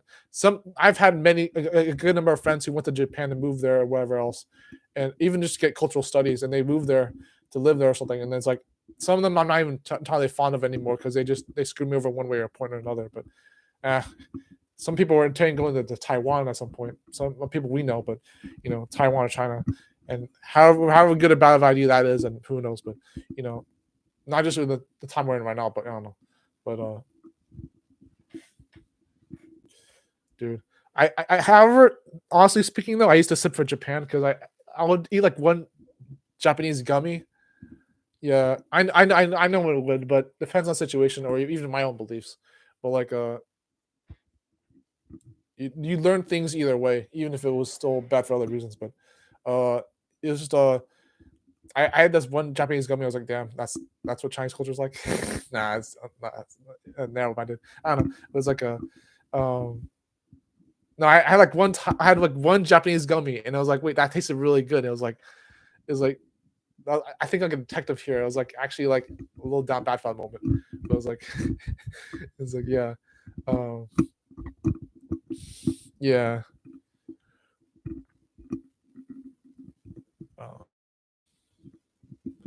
I would like to like know a bit more about my culture or like at least some things I haven't been more culture in life or having more rugged understanding and experiences of life. But I don't have to prove that by traveling, but it's just some of the things that come with that. But good or bad. I think I saw that. Never mind. Whatever.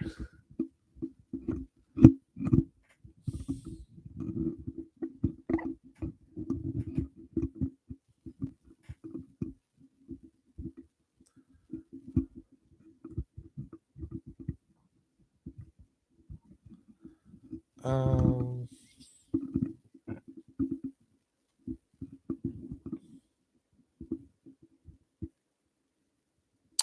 Well,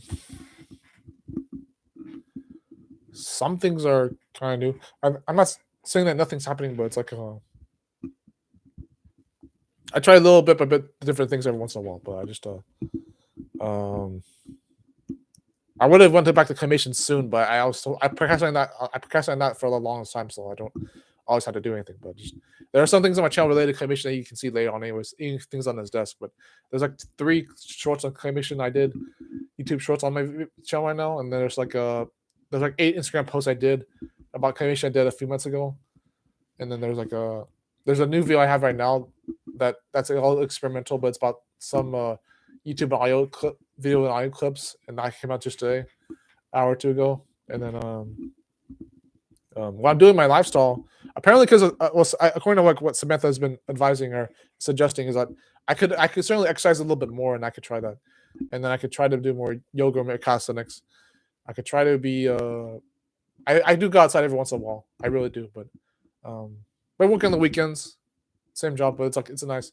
I chill there because I work either 1 or 2 days a week, so it's like not too bad. But I just even yeah, thanks. Um, I going there at the rate that I am right now is nice because I can at least enjoy talking to people and working by the time I'm actually ready to do it, and it still doesn't have to be as bad as, oh, but do I need to make a living? Maybe, but it's like it shouldn't have to be like that. But there's other things that come with that though that are both good and bad about that ideal. But it's like on the bright side, it's like I do things I enjoy and things that keep me in balance, like with things I should be doing, or I bounce between hard decisions and pleasant choices that can still don't have to be easy, but they can still be like hard decisions that can still be I can enjoy from. So I don't know, stuff like that. I read a little bit every once in a while. I read like someone's told me that I said that earlier in the stream. Someone told me that someone from work, work friend I have, not a work friend, someone I know that I see at work, told me that he does jigsaw puzzles, and while re-listening to podcasts, I could try that as well. He might know if he watches the stream, so I think he's not subscribed yet, but yeah. If you want to be a 74 subscriber at least, but yeah.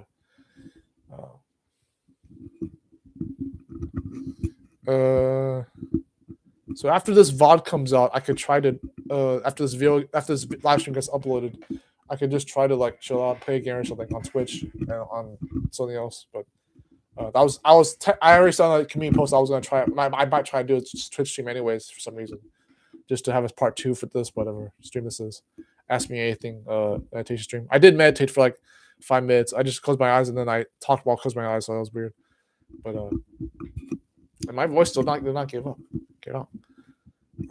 After you saw me when you saw me playing Skyward Sword HD, I beat it in like October, September, and it was like took like 1 or 2 months after July. I was like, okay, then I could just give back the Switch to my brother. And I was like, okay, don't need it anymore because I play Steam games on sale. Bought only 3 of them anyways, so it was nice. But I played almost all 3 of them already. So a little bit. Still playing the other 2. I was still playing Keenan Bridge of Spirits and the Bob 2.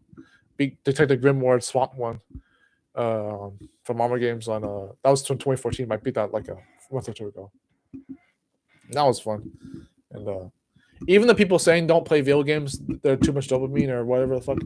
It's like yeah, but it's just whether or not I successfully avoid video games in the future or not, whether I'm supposed to or not, that's up to me to decide. But if I avoid video games enough to do other things, maybe that will work, even if that's still based on bias. But I'm just being myself at this point. I'm not playing them as much as I used to anyways. I don't think I am. Even people would rather contend with that anyways, the idea. I mean, not playing too much games. Or be on computer too much, but whether I make content or not like this at least. But yeah.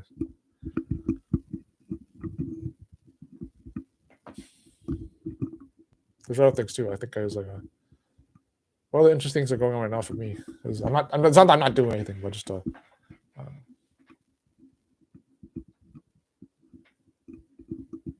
well, if it's not too much to say, I guess I could try to talk about why I thought I'm making an autobiography, but that's another story.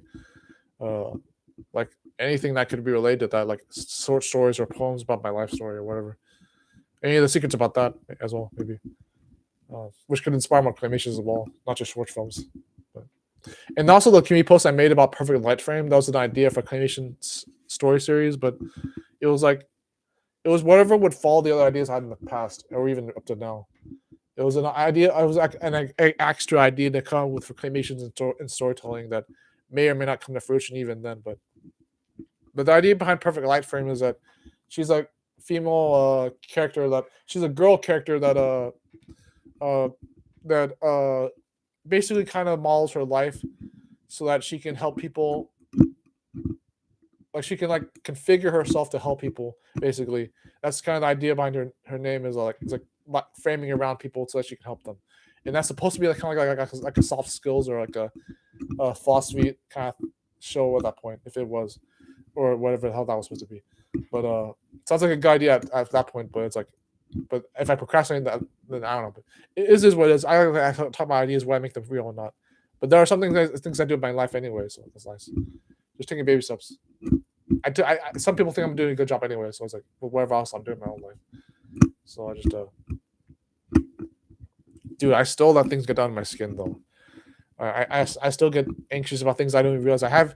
I've talked about in other videos before how I have emotions that I don't realize I have, and I wish I had emotions coming back to my body because for the longest time I didn't think I had emotions, but I still technically had them because there are some things like I have emotions for that I can only realize are there if I start having certain things go on. Like if I'm sweating or if I'm shaking, but I don't think there's an emotion there. It probably is an emotion. I just don't know what it is yet.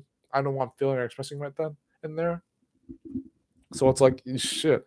I just like that's the weirdest way to figure out that you still have feelings, but you don't know how to use them. You don't know how to realize them. Yeah. And then I started hearing. I don't know if this is related to anything else I'm doing in my lifestyle lately, but I started hearing the trains, the crickets, the birds, and start hearing them more efficiently and actually hearing them and not just being like, oh, they're there. I actually hear them.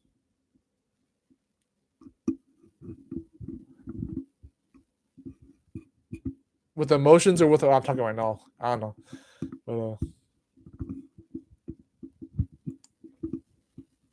yeah, it's like being like the first time I think of that, and it's like, wait a minute, that is actually happening, and it's already been happening. There are instances in my life like that where it's like people think there's something already happening that isn't happening, and then vice versa. Something that isn't happening, people think it's happening. It's like it gets me all the time. It really does. Being vague about that, but that already sounds specific enough. So, you know, people will think that I'm not talking enough, but I think I'm talking too much, and then it's like, and then they will still get mad at me for like thinking that I'm doing more than I actually am not doing, and I can never that includes people in my life both close to me and not so far away, but who knows. I try not to let anybody get to me anyways that way too badly, but I can live for criticism, but that's still confusing as fuck to like be like wondering if I did do something or if I didn't do something. That's too much mystery for me. Yeah.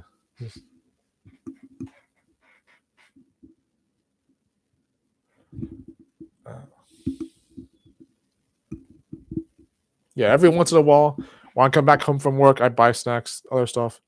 They last either the whole week if I'm careful, or if I just want to chill. I either play a game or two when I'm. This is me being honest, by the way. I either play a game or two when I know that I can actually enjoy the game. That's what happened with. Oh, this was a aloe vera drink, and what's below it is a raspberry zingers that I still have to finish. But then I have a mint chocolate brownie cake in the thing in the fridge. It's not big though; it's just a little bit. And then there's like there were some chips I got before. They were like spicy Doritos, spicy Fritos. That was funny. It's like then I had like this triple shot for lunch the other day. Like when I was working yesterday, I had like this triple shot Columbia coffee drink, and I had like a root beer thing with that. You know, stuff like that. It's just snacks, I guess. Not always junk food though. Some healthy food. I like bread and confections a lot though, so that makes a difference. But and who else is here? I guess. Oh yeah, my metabolism will fail at some point if it isn't already. I have a sneaking suspicion that my metabolism is already failing because there are parts of my body that will still get overweight, even if I'm still trying to have a diet. And it's weird. Maybe I'm not getting enough sleep or something, but I don't know. Sleep is different, but My cholesterol's always been weird. I think my mom thinks I have a bad cholesterol, but I just or whatever else is happening about my body. But I happen to know that that my metabolism has been good for many years, and I'm not trying to abuse it too much, especially if I regret that later. But my mom particularly did say that she used to be able to eat like shit and not give a shit, but I just I'm someone who just wanted to not be too ignorant or confused about what is a healthy food, what is or isn't. Because my mom, I would tell my mom what I thought healthy food was, and she would still say it was either snacks or junk food. And I used to kind of be suspicious of me. It's not as easily, even if I wanted to sit easily, because I could swear I knew what healthy food was, and she would still tell me, no, that's still junk food. How are you still confused, Tony? So it's like, and it was very awkward being not knowing what healthy food is by the time my metabolism was failing. Like apples and oranges, and then saying that that's healthy food, and then no, it's junk food, snack food. Like what? And then carbs like breads. Maybe I should avoid that, even though I love bread a lot. Even though it's technically bread is for a carb that helps with protein, maybe, but like because carbs helps you like maintain the protein you eat from meat. But it's like, but if I eat too much bread, then it's like, what's the point? It's like it's gonna just make me overweight anyways. But it's like, yeah, there are some really weird observations about bread having fattening parts of it, I guess, fattening ingredients in bread, like how people teach you in science about how bread is made with the zinc parts. The zinc expansion in bread being a fattening thing. Maybe that could be true if I had to research on myself. But like bread and sugars from candy and all that. If I'm kind of addicted to like the sugars and candy and bread and all that, and the creamy ice cream. So whoever else is in here, hello, welcome to the chat. If the person who's in here hasn't been here yet, give me a 4th like, please. Nah, don't leave the. Nah, okay. But so wow, I just almost been here for 3 hours, give or take. I haven't been too anxious this whole stream, but who knows? I might reach over past 3 hours anyway. So yeah, I was having to like for like a quarter of these comments, like a fraction of these comments, I was having to like verify them. But yeah, it's okay. It's weird. Like, subscribe, comment, and share. I said that in the last video. This I just uploaded an hour ago. That was funny. It's like, but I got that part got edited out because I had to edit for 12 minutes off because the 12 minutes I was in the video was actually copyrighted material, so I had to cut it out. The rest of it's still copyrighted, but it's available. What YouTube seems to be doing right now is that they'll tell you what all the copyrighted material is, so that if they still tell you it's okay to put there, you don't have to worry about getting rid of that content. But the other content that you have to get rid of, that's where you have to get rid of. And then this next time you upload, which I just did after the blocked video the first time, so I uploaded again with all that night got public again. That's when I knew that video would be public, because the content that was public with copyrighted material that was available, that was okay, that didn't have to be removed. That didn't have to be, but so that's the what you see right now is 40 minutes instead of 52 minutes. Is that whole thing? It's an experiment. It looks weird. It's like, yeah, it's video and audio that's mixed matched. It's not even always matching, not even entirely at all, but it's still an experiment. I've done it before, but where I did mixed audios on YouTube and video and audio on YouTube that don't match each other at all, different kinds of music and podcasts and shit from people existing and non-existing. So it's like, it is what it is. Someone might find it therapeutic and psychologically beneficial. I hope somebody does. That's not the only be those reasons either. Just happens to be something that goes down my alley, and if it helps someone else, then they gosh, it does. But just there, just in case. It was because when I make videos like that, I'm not necessarily desperate anymore. But I make them because I know that someone will care, even if it's so random to them or someone else. For other people, for what might be random to them, might be the most organized, beautiful, pristine shrine for someone else. Jesus. Yeah, I just as we approach the 3-hour mark, think about this. Maybe it's just Bachelor back. I don't know who is here. Someone's just probably just suddenly watching them.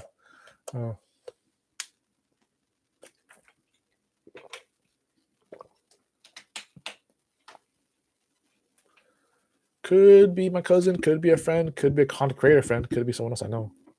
Quite limitless. I don't know. 2 concurrent viewers, 2 likes. Yeah, we now have 3 hours. Okay.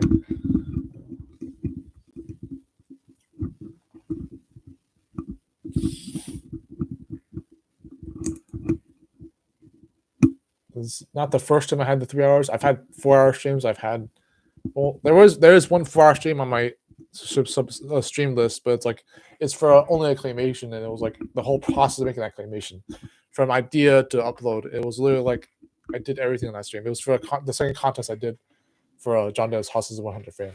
That was the last time I ever saw the contest again, because after that it was hard to find them later because the contest started, I think.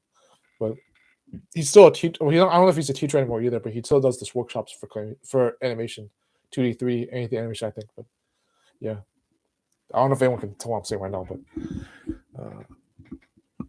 it's like, and then there's still like an animation contest I can do for how to win first Anime Guild, but he has in a year to do a year-long animation for a short film contest of his own, and I haven't participated in any of the 3 so far, but I still have time to do this animation contest for that one, because I did opt in for availability and I got in. But if I have a few more months to do, like, I can do like 5 more months for that contest if I want to, and it won't be a problem. I can do even a short film claymation for 1 or 2 months straight, because I haven't even made claymations for beyond a day before, so, or even beyond 2 or 3 days. So if I made a claymation for like strictly for a month or two, focusing on it, not even all time, it wouldn't be even feel like it was not worth effort. It would still feel like a long time to me to make a claymation like that, and then still submit for a contest I didn't do halfway through the timeline. So it's like I think Nee is still one of the 2 people watching right now. So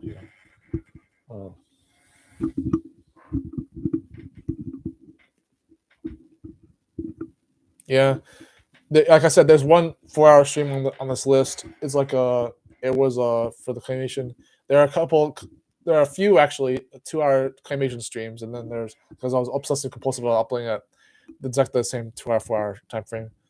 But I stream. This is not so much easy or hard. It was just me trying to give it a chance, even though it was technically still tricky, but it wasn't hard. Maybe because I haven't done as much as I could have to see the difference. But whether it was hard or easy to do that without burning out, maybe burning out in the moment, not just in the stream making videos. But I am trying to make videos, shorts, and streams all together if I can, and not all the time. Doesn't have to be all the time, but if I can alternate them a little bit, then that might be nice. But with videos, something I do with the time frame is that, like with live streams, I did with the claymation, I did 2-hour, 4-hour exactly to make it look cool. With videos, I alternate between lengths of time, even if it's raw or even if it is quality edited, whatever. I alternate between different frames, short and long, if that's the contrast of variety, if that's subjective, because I like to make people think. I told this even to people in communities I was in, and some of the groups I was in, even mastermind groups. I would alternate between long and I should stop moving this. I alternate between long and short times because it was like it would give contrast to the videos themselves between each other, so that people who watch the short videos think that the long videos are long and vice versa, and then they can look at that and be like, "Well, I don't have to worry about being in a hurry or needing a longer video. I can just do both." And people say that you should have this consistently the same time frame, maybe for niche channels, maybe for quality content growers channels, audiences, monetization, whatever. But it's like, for it to only be I was gonna joke around and start interrupting the guy who's still watching it. You can have silent viewers. I'm not gonna irritate you guys, but yeah, for the longer short videos, it's like, yeah, it doesn't have to be a strategy, but it's still nice for me to do because I like doing that. So yeah, I'm still curious who that second guy is, but it's okay.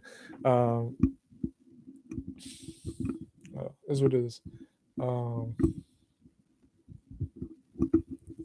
Yeah, I'm joking with him because I don't know who he is. I don't know if it's Bachelor or Samantha or you or Doubled or someone with you, but it's like because they didn't even like the video yet. it's like nah, hopefully they don't leave yet. Hopefully, but it's like I'm just showing if they like what I'm talking about right now, then maybe they don't mind anyway. So it's like keeping a tally of people who like the video and then be like, who's left? Doing quick maths. It's like quick maths.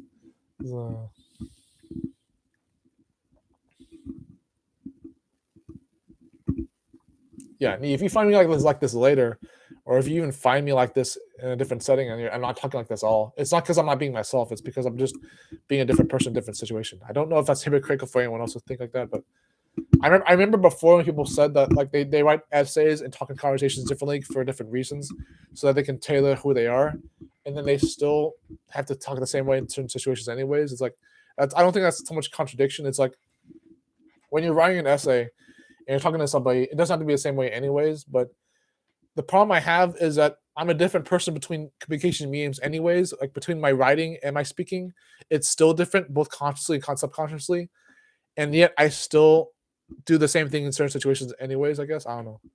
Yeah, I don't know, but it's like uh my communication has long standing, notwithstanding, long standing has been a weakness of mine. But there's parts of my communication that are still really good.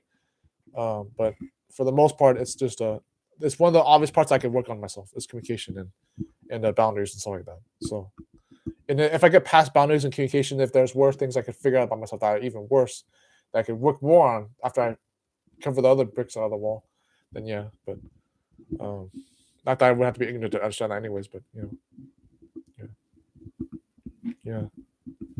Boundaries is weird because you want to make sure that you're open for people who want you want to look like you're cheery to people. You want to look like you're someone who you can people can trust. And even trust sounds weird. The idea of people needing to trust you, like it's not that you don't want people to trust you at all. It's just that the idea of trust is awkward because you want people to believe that that doesn't have to be perfectly never corrupt, but it's like but with trust and boundaries is like people who are good with boundaries, maybe even too good that they don't even know how to trust people anymore. That's where the idea of blind trust comes in. Like blind trust is the idea that you can trust people without trying because you want to actually try anyways. But it's like I don't know, something like that. But that's how I believe it. That's my opinion or perspective of that. But when you trust people voluntarily without overthinking it because you know it'll still matter, but it's just or still be important to trust them, even if it's not worth it anyways. But or add up to nothing for some reason. But you know. So boundaries was hard for me because, and I told someone else this in the same stream that it was hard for me to do boundaries because I didn't want to hurt people who were either like me or I didn't want to be betrayed by people who were just like me anyways, and that was a little weird. You want being a people pleaser doesn't have to be so much related to that, but it still is kind of. And then one of the people who told me about boundaries, Jordan Green, when he knew that I was too selfless for people who thought I was selfish. There are people who tell me I'm selfish, even though I'm so technically generous in those situations, so it sucks. But being seen as the opposite of who you actually are is one of my quotes, I think. But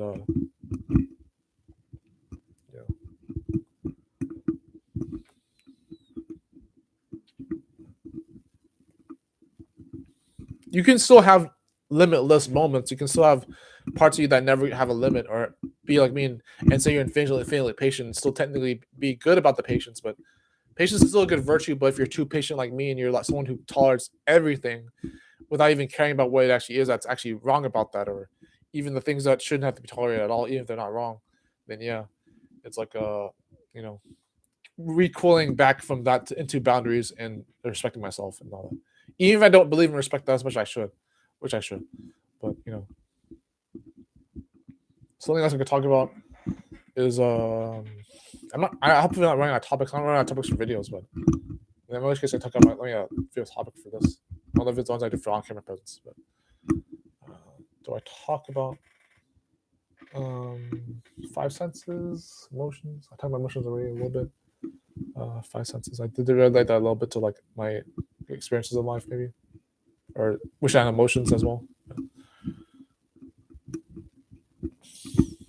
Why am I holding my mic instead of leaving on the table?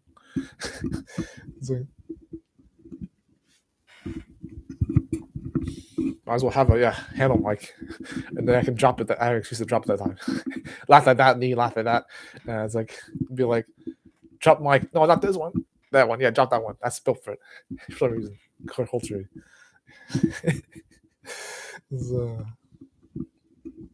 Yeah, drop the mic that was meant to be dropped, even though it's still dangerous to drop the handheld mic. For both the damage and yourself, your foot.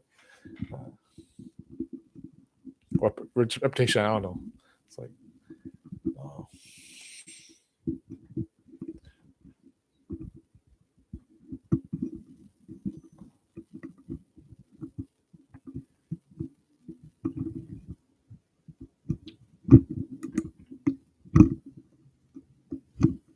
I can go for an hour and a half more, and even depending on who is here or not, I can still stop by then. But if I stop earlier than that, then yeah. Because I'm looking at whoever's time zone is central, then yeah, I'm looking at 4:30 or 4:45, but p.m. But Central America. Gotta describe that for anyone in this channel now. Is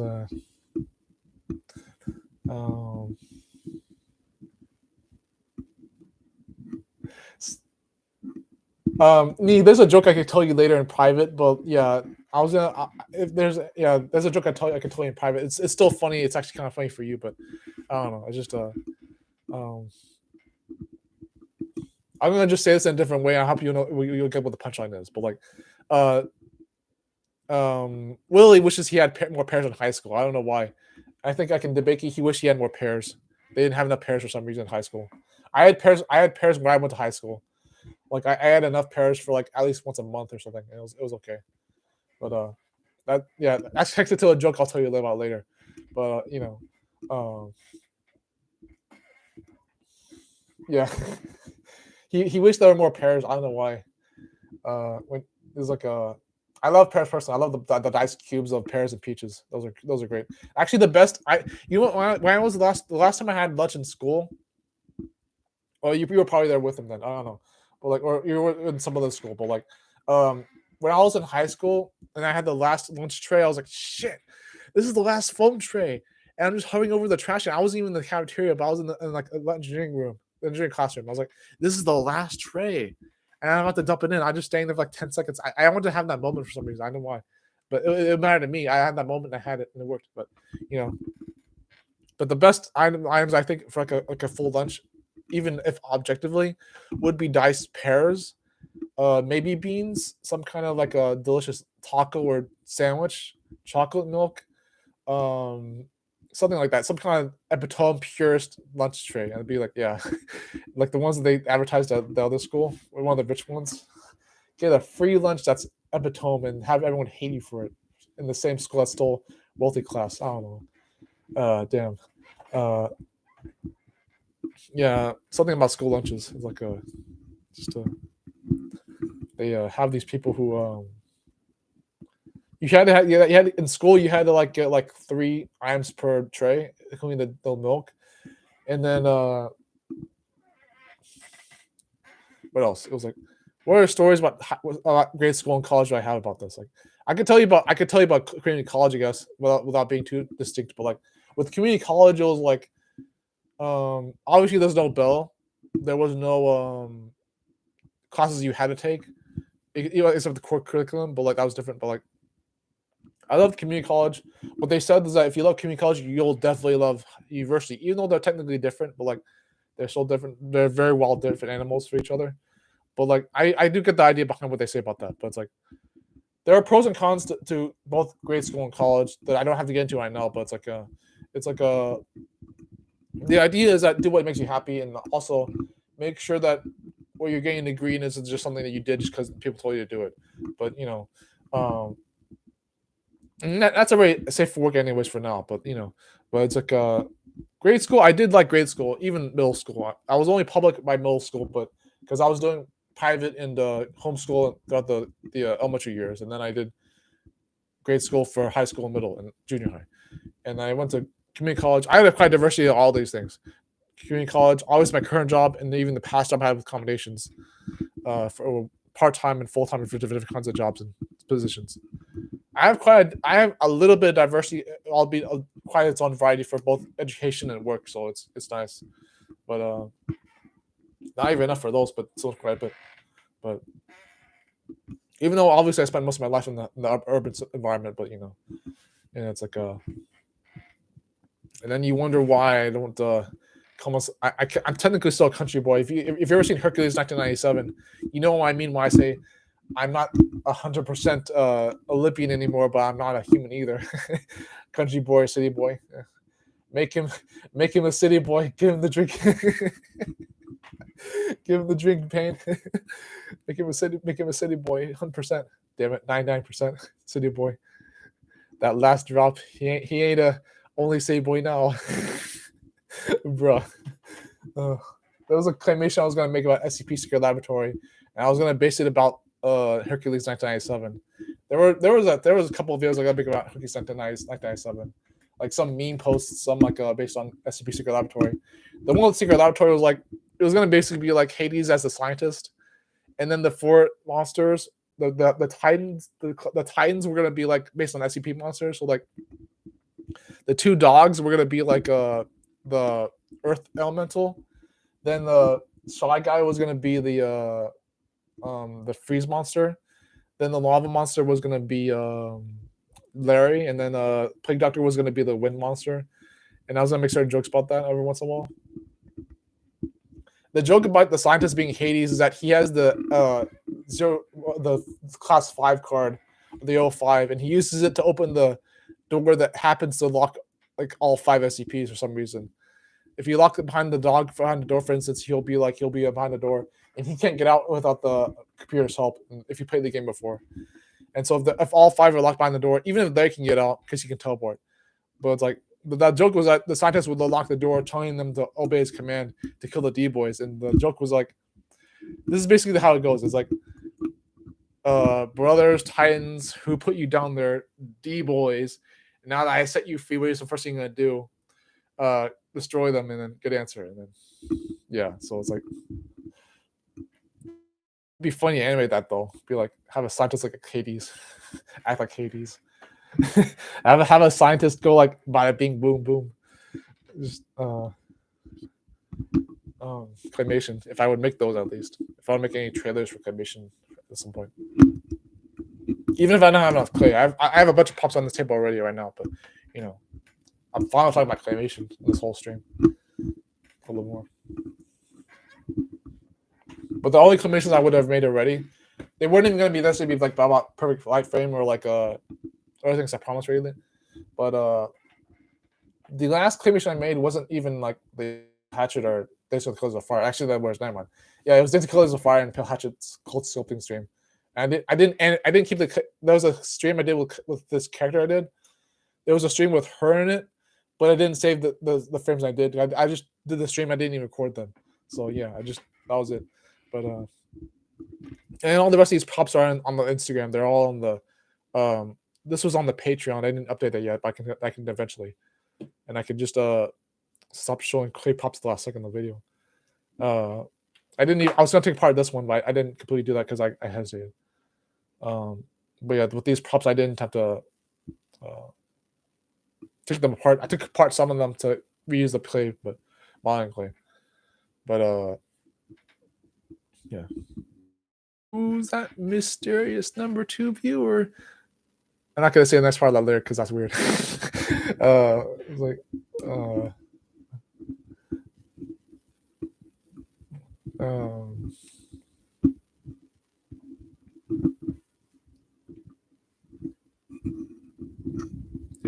I'm a pretty anxious guy. I have some honest about that because something can still scare me if I don't realize I'm being scared. Like I said, my wishes are really weird. I don't know if I have them on completely, but they're still kind of attached to me sometimes. So for other personal reasons, I can get to later. But you know, hopefully I get past that. I want to be the kind of person who can be confident in spite of things he knows are so scary him. I'm getting better about that lately. Like, one time this spring, I almost got a little angry, but I was able to hold it in automatically, not even on purpose, but automatically. I was able to hold it in and be like, that irritates me, but that's not making me too angry. So you know, but at least I can still again be honest about those things. You know? I wonder if I'll finish this VOD on my own time. Maybe I will. This live stream VOD. I think people I think people, including you and I, just like to hear me talk like this all day and can't get enough of it. Yeah.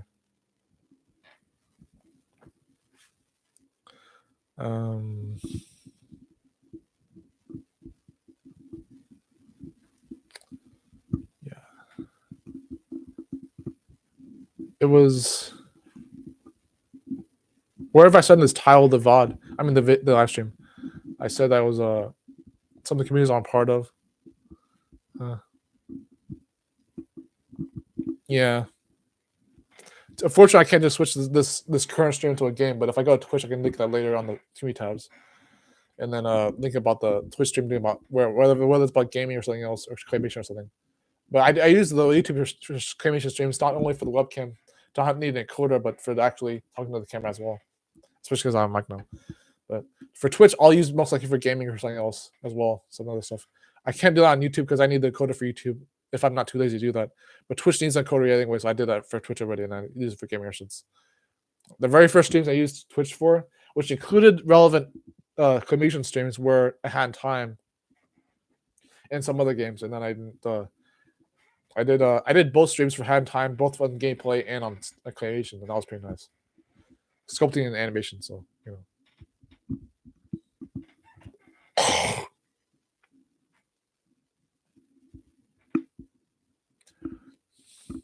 Need fam, not need flam. Okay. Delicious also. Okay, I'm done screwing around. Yeah. A hack. I'm a hack. No. I'm quite the hack. Stop it with the life hacks.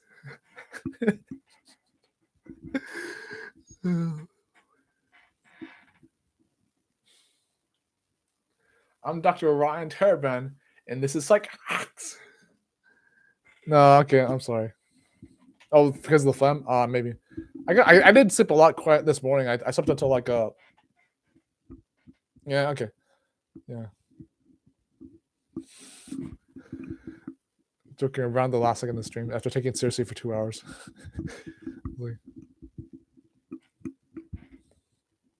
The first two.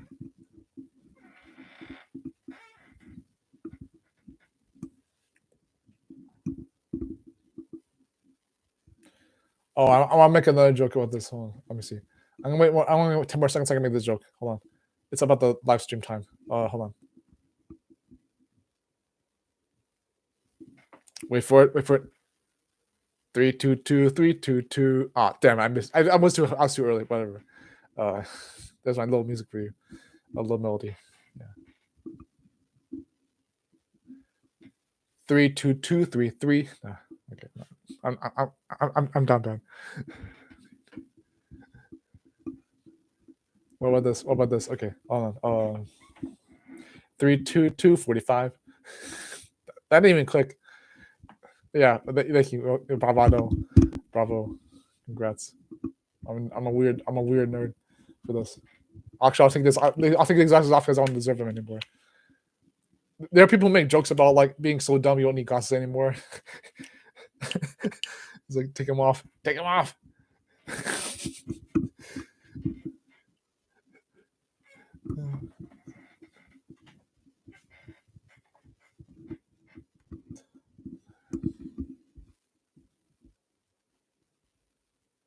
Oh, 3, 2, 3, 2, 3. There you go.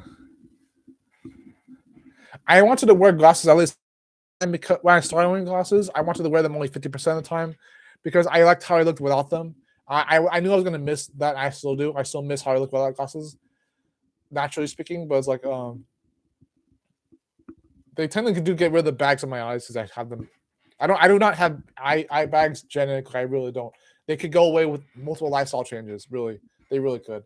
But it's like glasses. I do like wearing glasses, but I also like how I look without them on. Either way, I like them on and off, and so I like them interchange between them. I didn't even like to wear my glasses on my shirt while I still have sunglasses on. And it's like it looks nice that way sometimes, but like having the glasses on my shirt, even though I'm not my mother, she'll do that with my glasses, and they're not even her. So it's like, but she wears contacts or whatever. Mind me saying this about my brother though. He was brilliant. He had so many contact lenses. He sucked them all up, not to avoid glasses, but to actually have no necessities that he will go beyond what he needs. Like that's kind of like what I said earlier in the stream about depth avoiding and other stuff. The cool one, not me. Whatever. I'm trying to avoid doxing, I guess, but I don't know. Maybe I'll just A-Ray, whatever his other name. That's technically his real name, but whatever. Fuck it. That's his Twitch name, but whatever. Because he's subscribed to this channel, so I don't know if doxing him would matter. There are people who have weird perceptions about doxing. This is one creator friend. I'll even talk about him right now, but like he's not a bad person. It's just that Kramer Gaming, like Kramer, like Moriarty, he will say that like it's doxing as soon as you mention he's a username or an admin on a server. And one of my friends mentioned he was an admin because he tries to keep it a secret on the community we're a part of. One of them, and he's like, "Stop doxing me! Stop revealing my information. That's not even personal. That's just your admin status. You're not even supposed to be a secret admin. You're just anxious about being seen as a moderator. What the? It's like so people apparently have different perceptions of what counts as doxing, but people who the idea.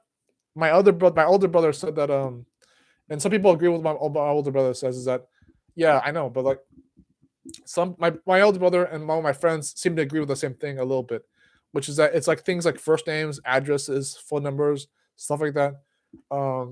Maybe I tend to be a little bit lenient on real names because I take risks and also because I don't like hide people's names for some reason, if that even counts for some reason.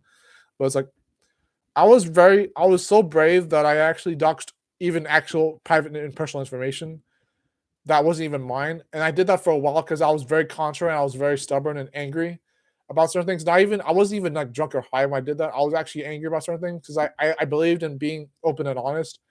You'll see if you look in this VOD stream early on, there's someone who Bachelor, he talks about certain very discreet things, and I kind of follow through with it, and then he starts saying, "Wait, no, stop, slow down. That's too private. That's too private."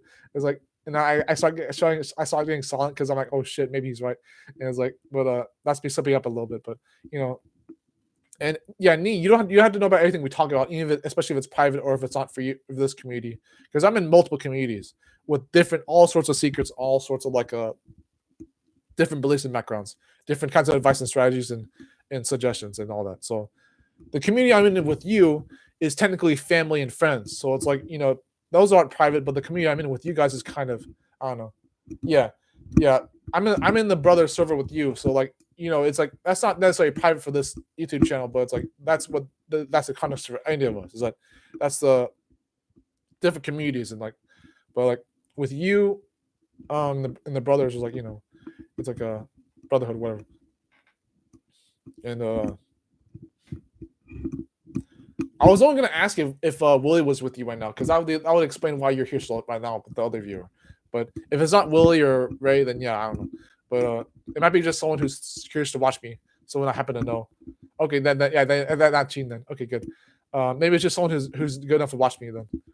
It could still be Bachelor then. I don't know who else is here. But Bachelor may have left for other errands as well as Samantha, because Samantha did have to leave for errands. So I keep wondering about Bachelor though, because he does like giving me advice. So does Samantha.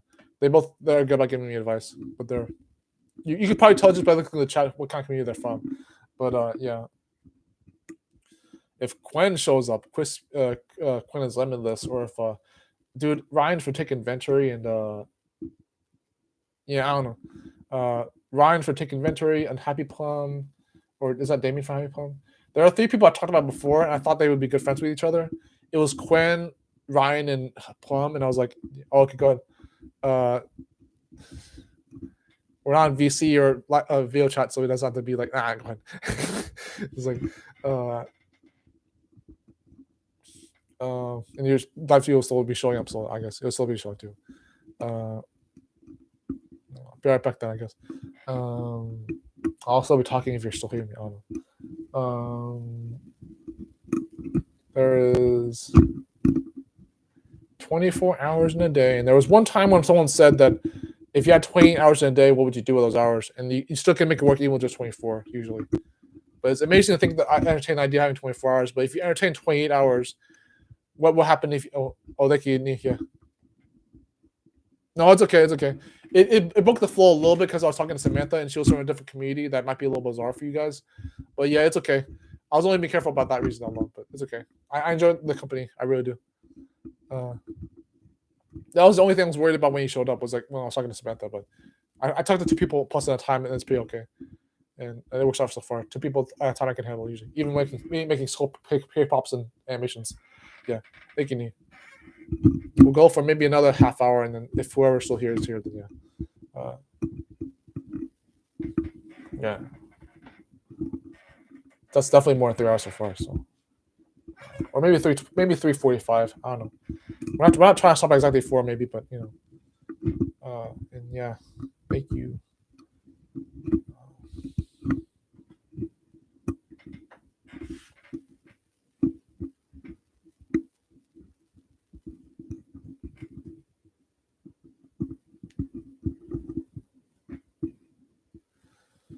Um.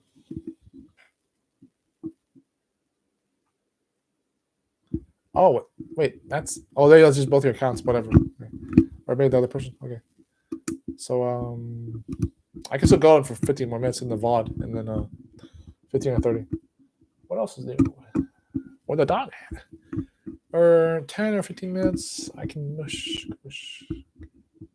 Oh, did I really start this at like 11:55? Okay. Hmm. Let's have it for 3:40 then. If I do this for 15 more minutes, 14 now.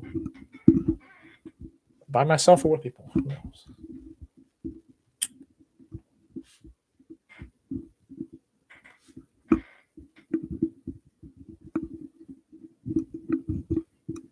Mm-hmm.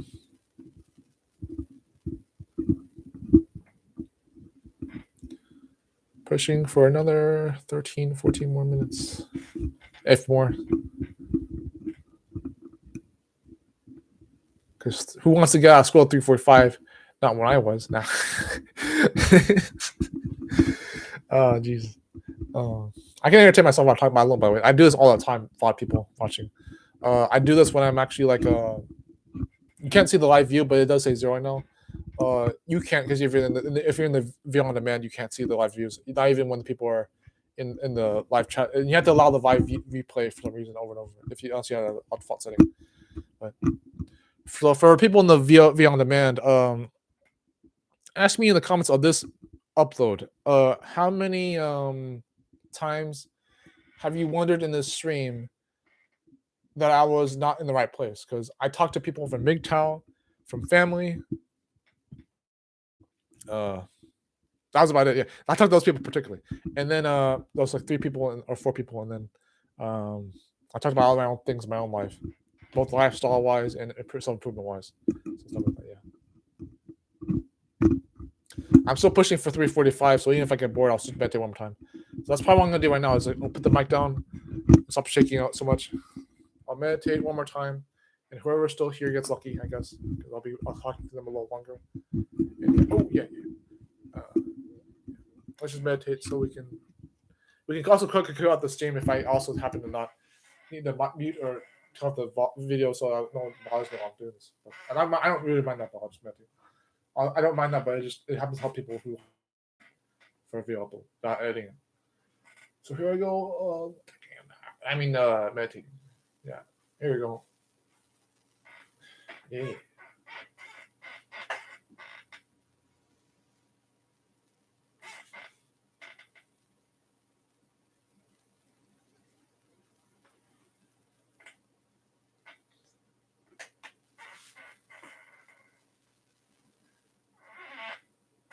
Oh, this feels relaxing. Just meditating after talking to a 3-hour stream.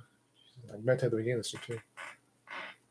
This is why that's also why I did the beginning of the stream as well. I just talked to myself all up hours because I acted like I can move like the reference I made, which was to Minority Report. Yeah, I was seeing in the chat.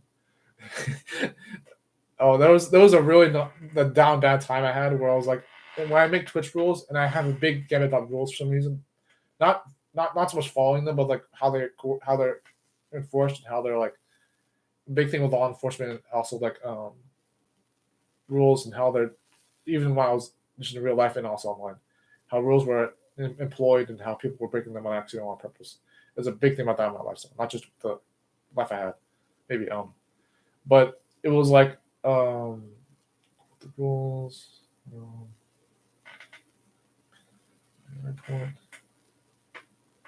What was I gonna say? What the hell? Relax right now.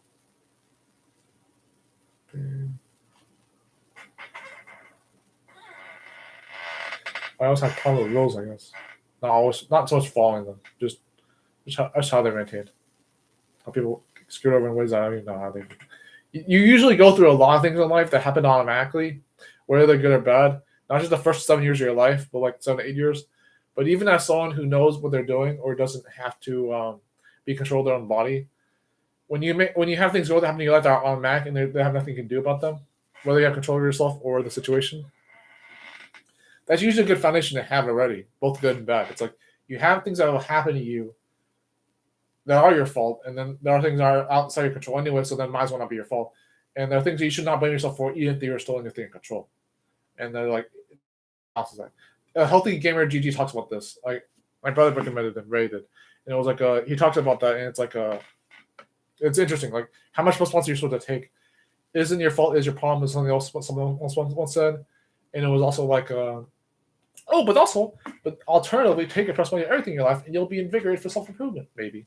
But it's like I'm not discouraging that too much, but it's like when you're able to make sure that you know that you're going to do something about something, and you still have to make sure you're not screwing yourself over. Which again, with this whole MGTOW thing from the beginning of this live stream, which I'm not saying I neither do or do not believe MGTOW, but it's like whether I'm going to work with, whether I'm afraid of, whether I'm so happy, passionate about, stuff like that I'm being big about, whether I still believe in new person or the person. Stuff like that, manifestation journeys. And then suddenly Rich Slop shows up on my stream and he says, "Wow, I didn't know you were actually this good." And I got jinx it. Even happens. Like, hello, Quinn. I don't see you. So if you're here. Jeez. Look them up. Oh, yeah, by the way, like with Happy Plum. Take Inventory wiped all his videos, apparently. Sorry, Ryan. I had to say it. But Happy Plum didn't make videos as often. He still kind of did. Quinn still makes videos. He just made it on another video, another channel. He has Quinn's Limitless, which is like a revamp, so he can do all the videos that aren't negative anymore, or it's not as negative as they were before. So if Quinn really is here right now, I jinxed it for sure with my opening my eyes. Then hello, Quinn. Or if you're watching the vlog. But I've been saying this whole stream, I'm in all sorts of communities. You'll have people who are strict with me. You'll have people who are chill with me. You'll have people who are in between. They happen to know me in spite of how different I am in every other situation.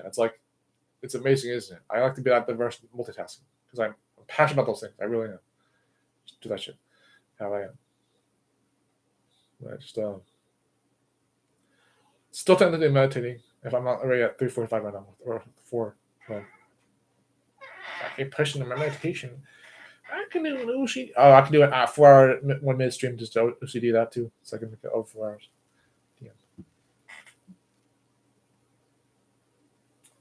Yeah. So I did actually manage to push for about 7 minutes. We'll get to 3:45 and I'll be fine. About to get to 4-hour one. Done. That was me.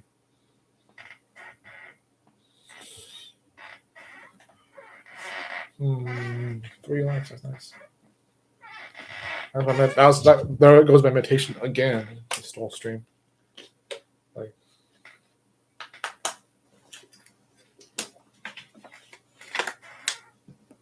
And then if I don't happen to do this consistently every day, which wouldn't be an overkill thing really, it would just make sure I don't overcome my voice, but all my time. But this, if anything, whether I make more of these streams or not, or more streams in general, this one stream I made by itself is nice. It has a thriller moment where I was being quiet. Well, not just meditations. It has a variety of discussions thing. Me talking to myself as if I'm making up the shot of the blue, and I technically am, but. For all the videos I make, the talking head videos I make with random topics, technically not random, but for me, the videos before, where I did double dailies, 2.5%, the topics that come from them are very well thought out, but they're also like things I want to talk about. So it's like, when I do talking head videos about things like this live stream, when I do talking head videos about stuff that I don't edit, I just talk about like anything under the sun. Honestly, I edit for second private, whatever. But I talk about things under the sun in a way that still adds value, which is my big thing about high value versus high quality, which is important to me. I still think I do both sometimes, both quality and value, but it's like where I don't have to worry about what I'm doing with the video as long as it still matters to me. There's something even be for a reason. It can still be random and spontaneous. I'll be careful. The balance between having fun and being yourself and being careful and precise, that stuff. Not reason, but not reasonable. Whatever.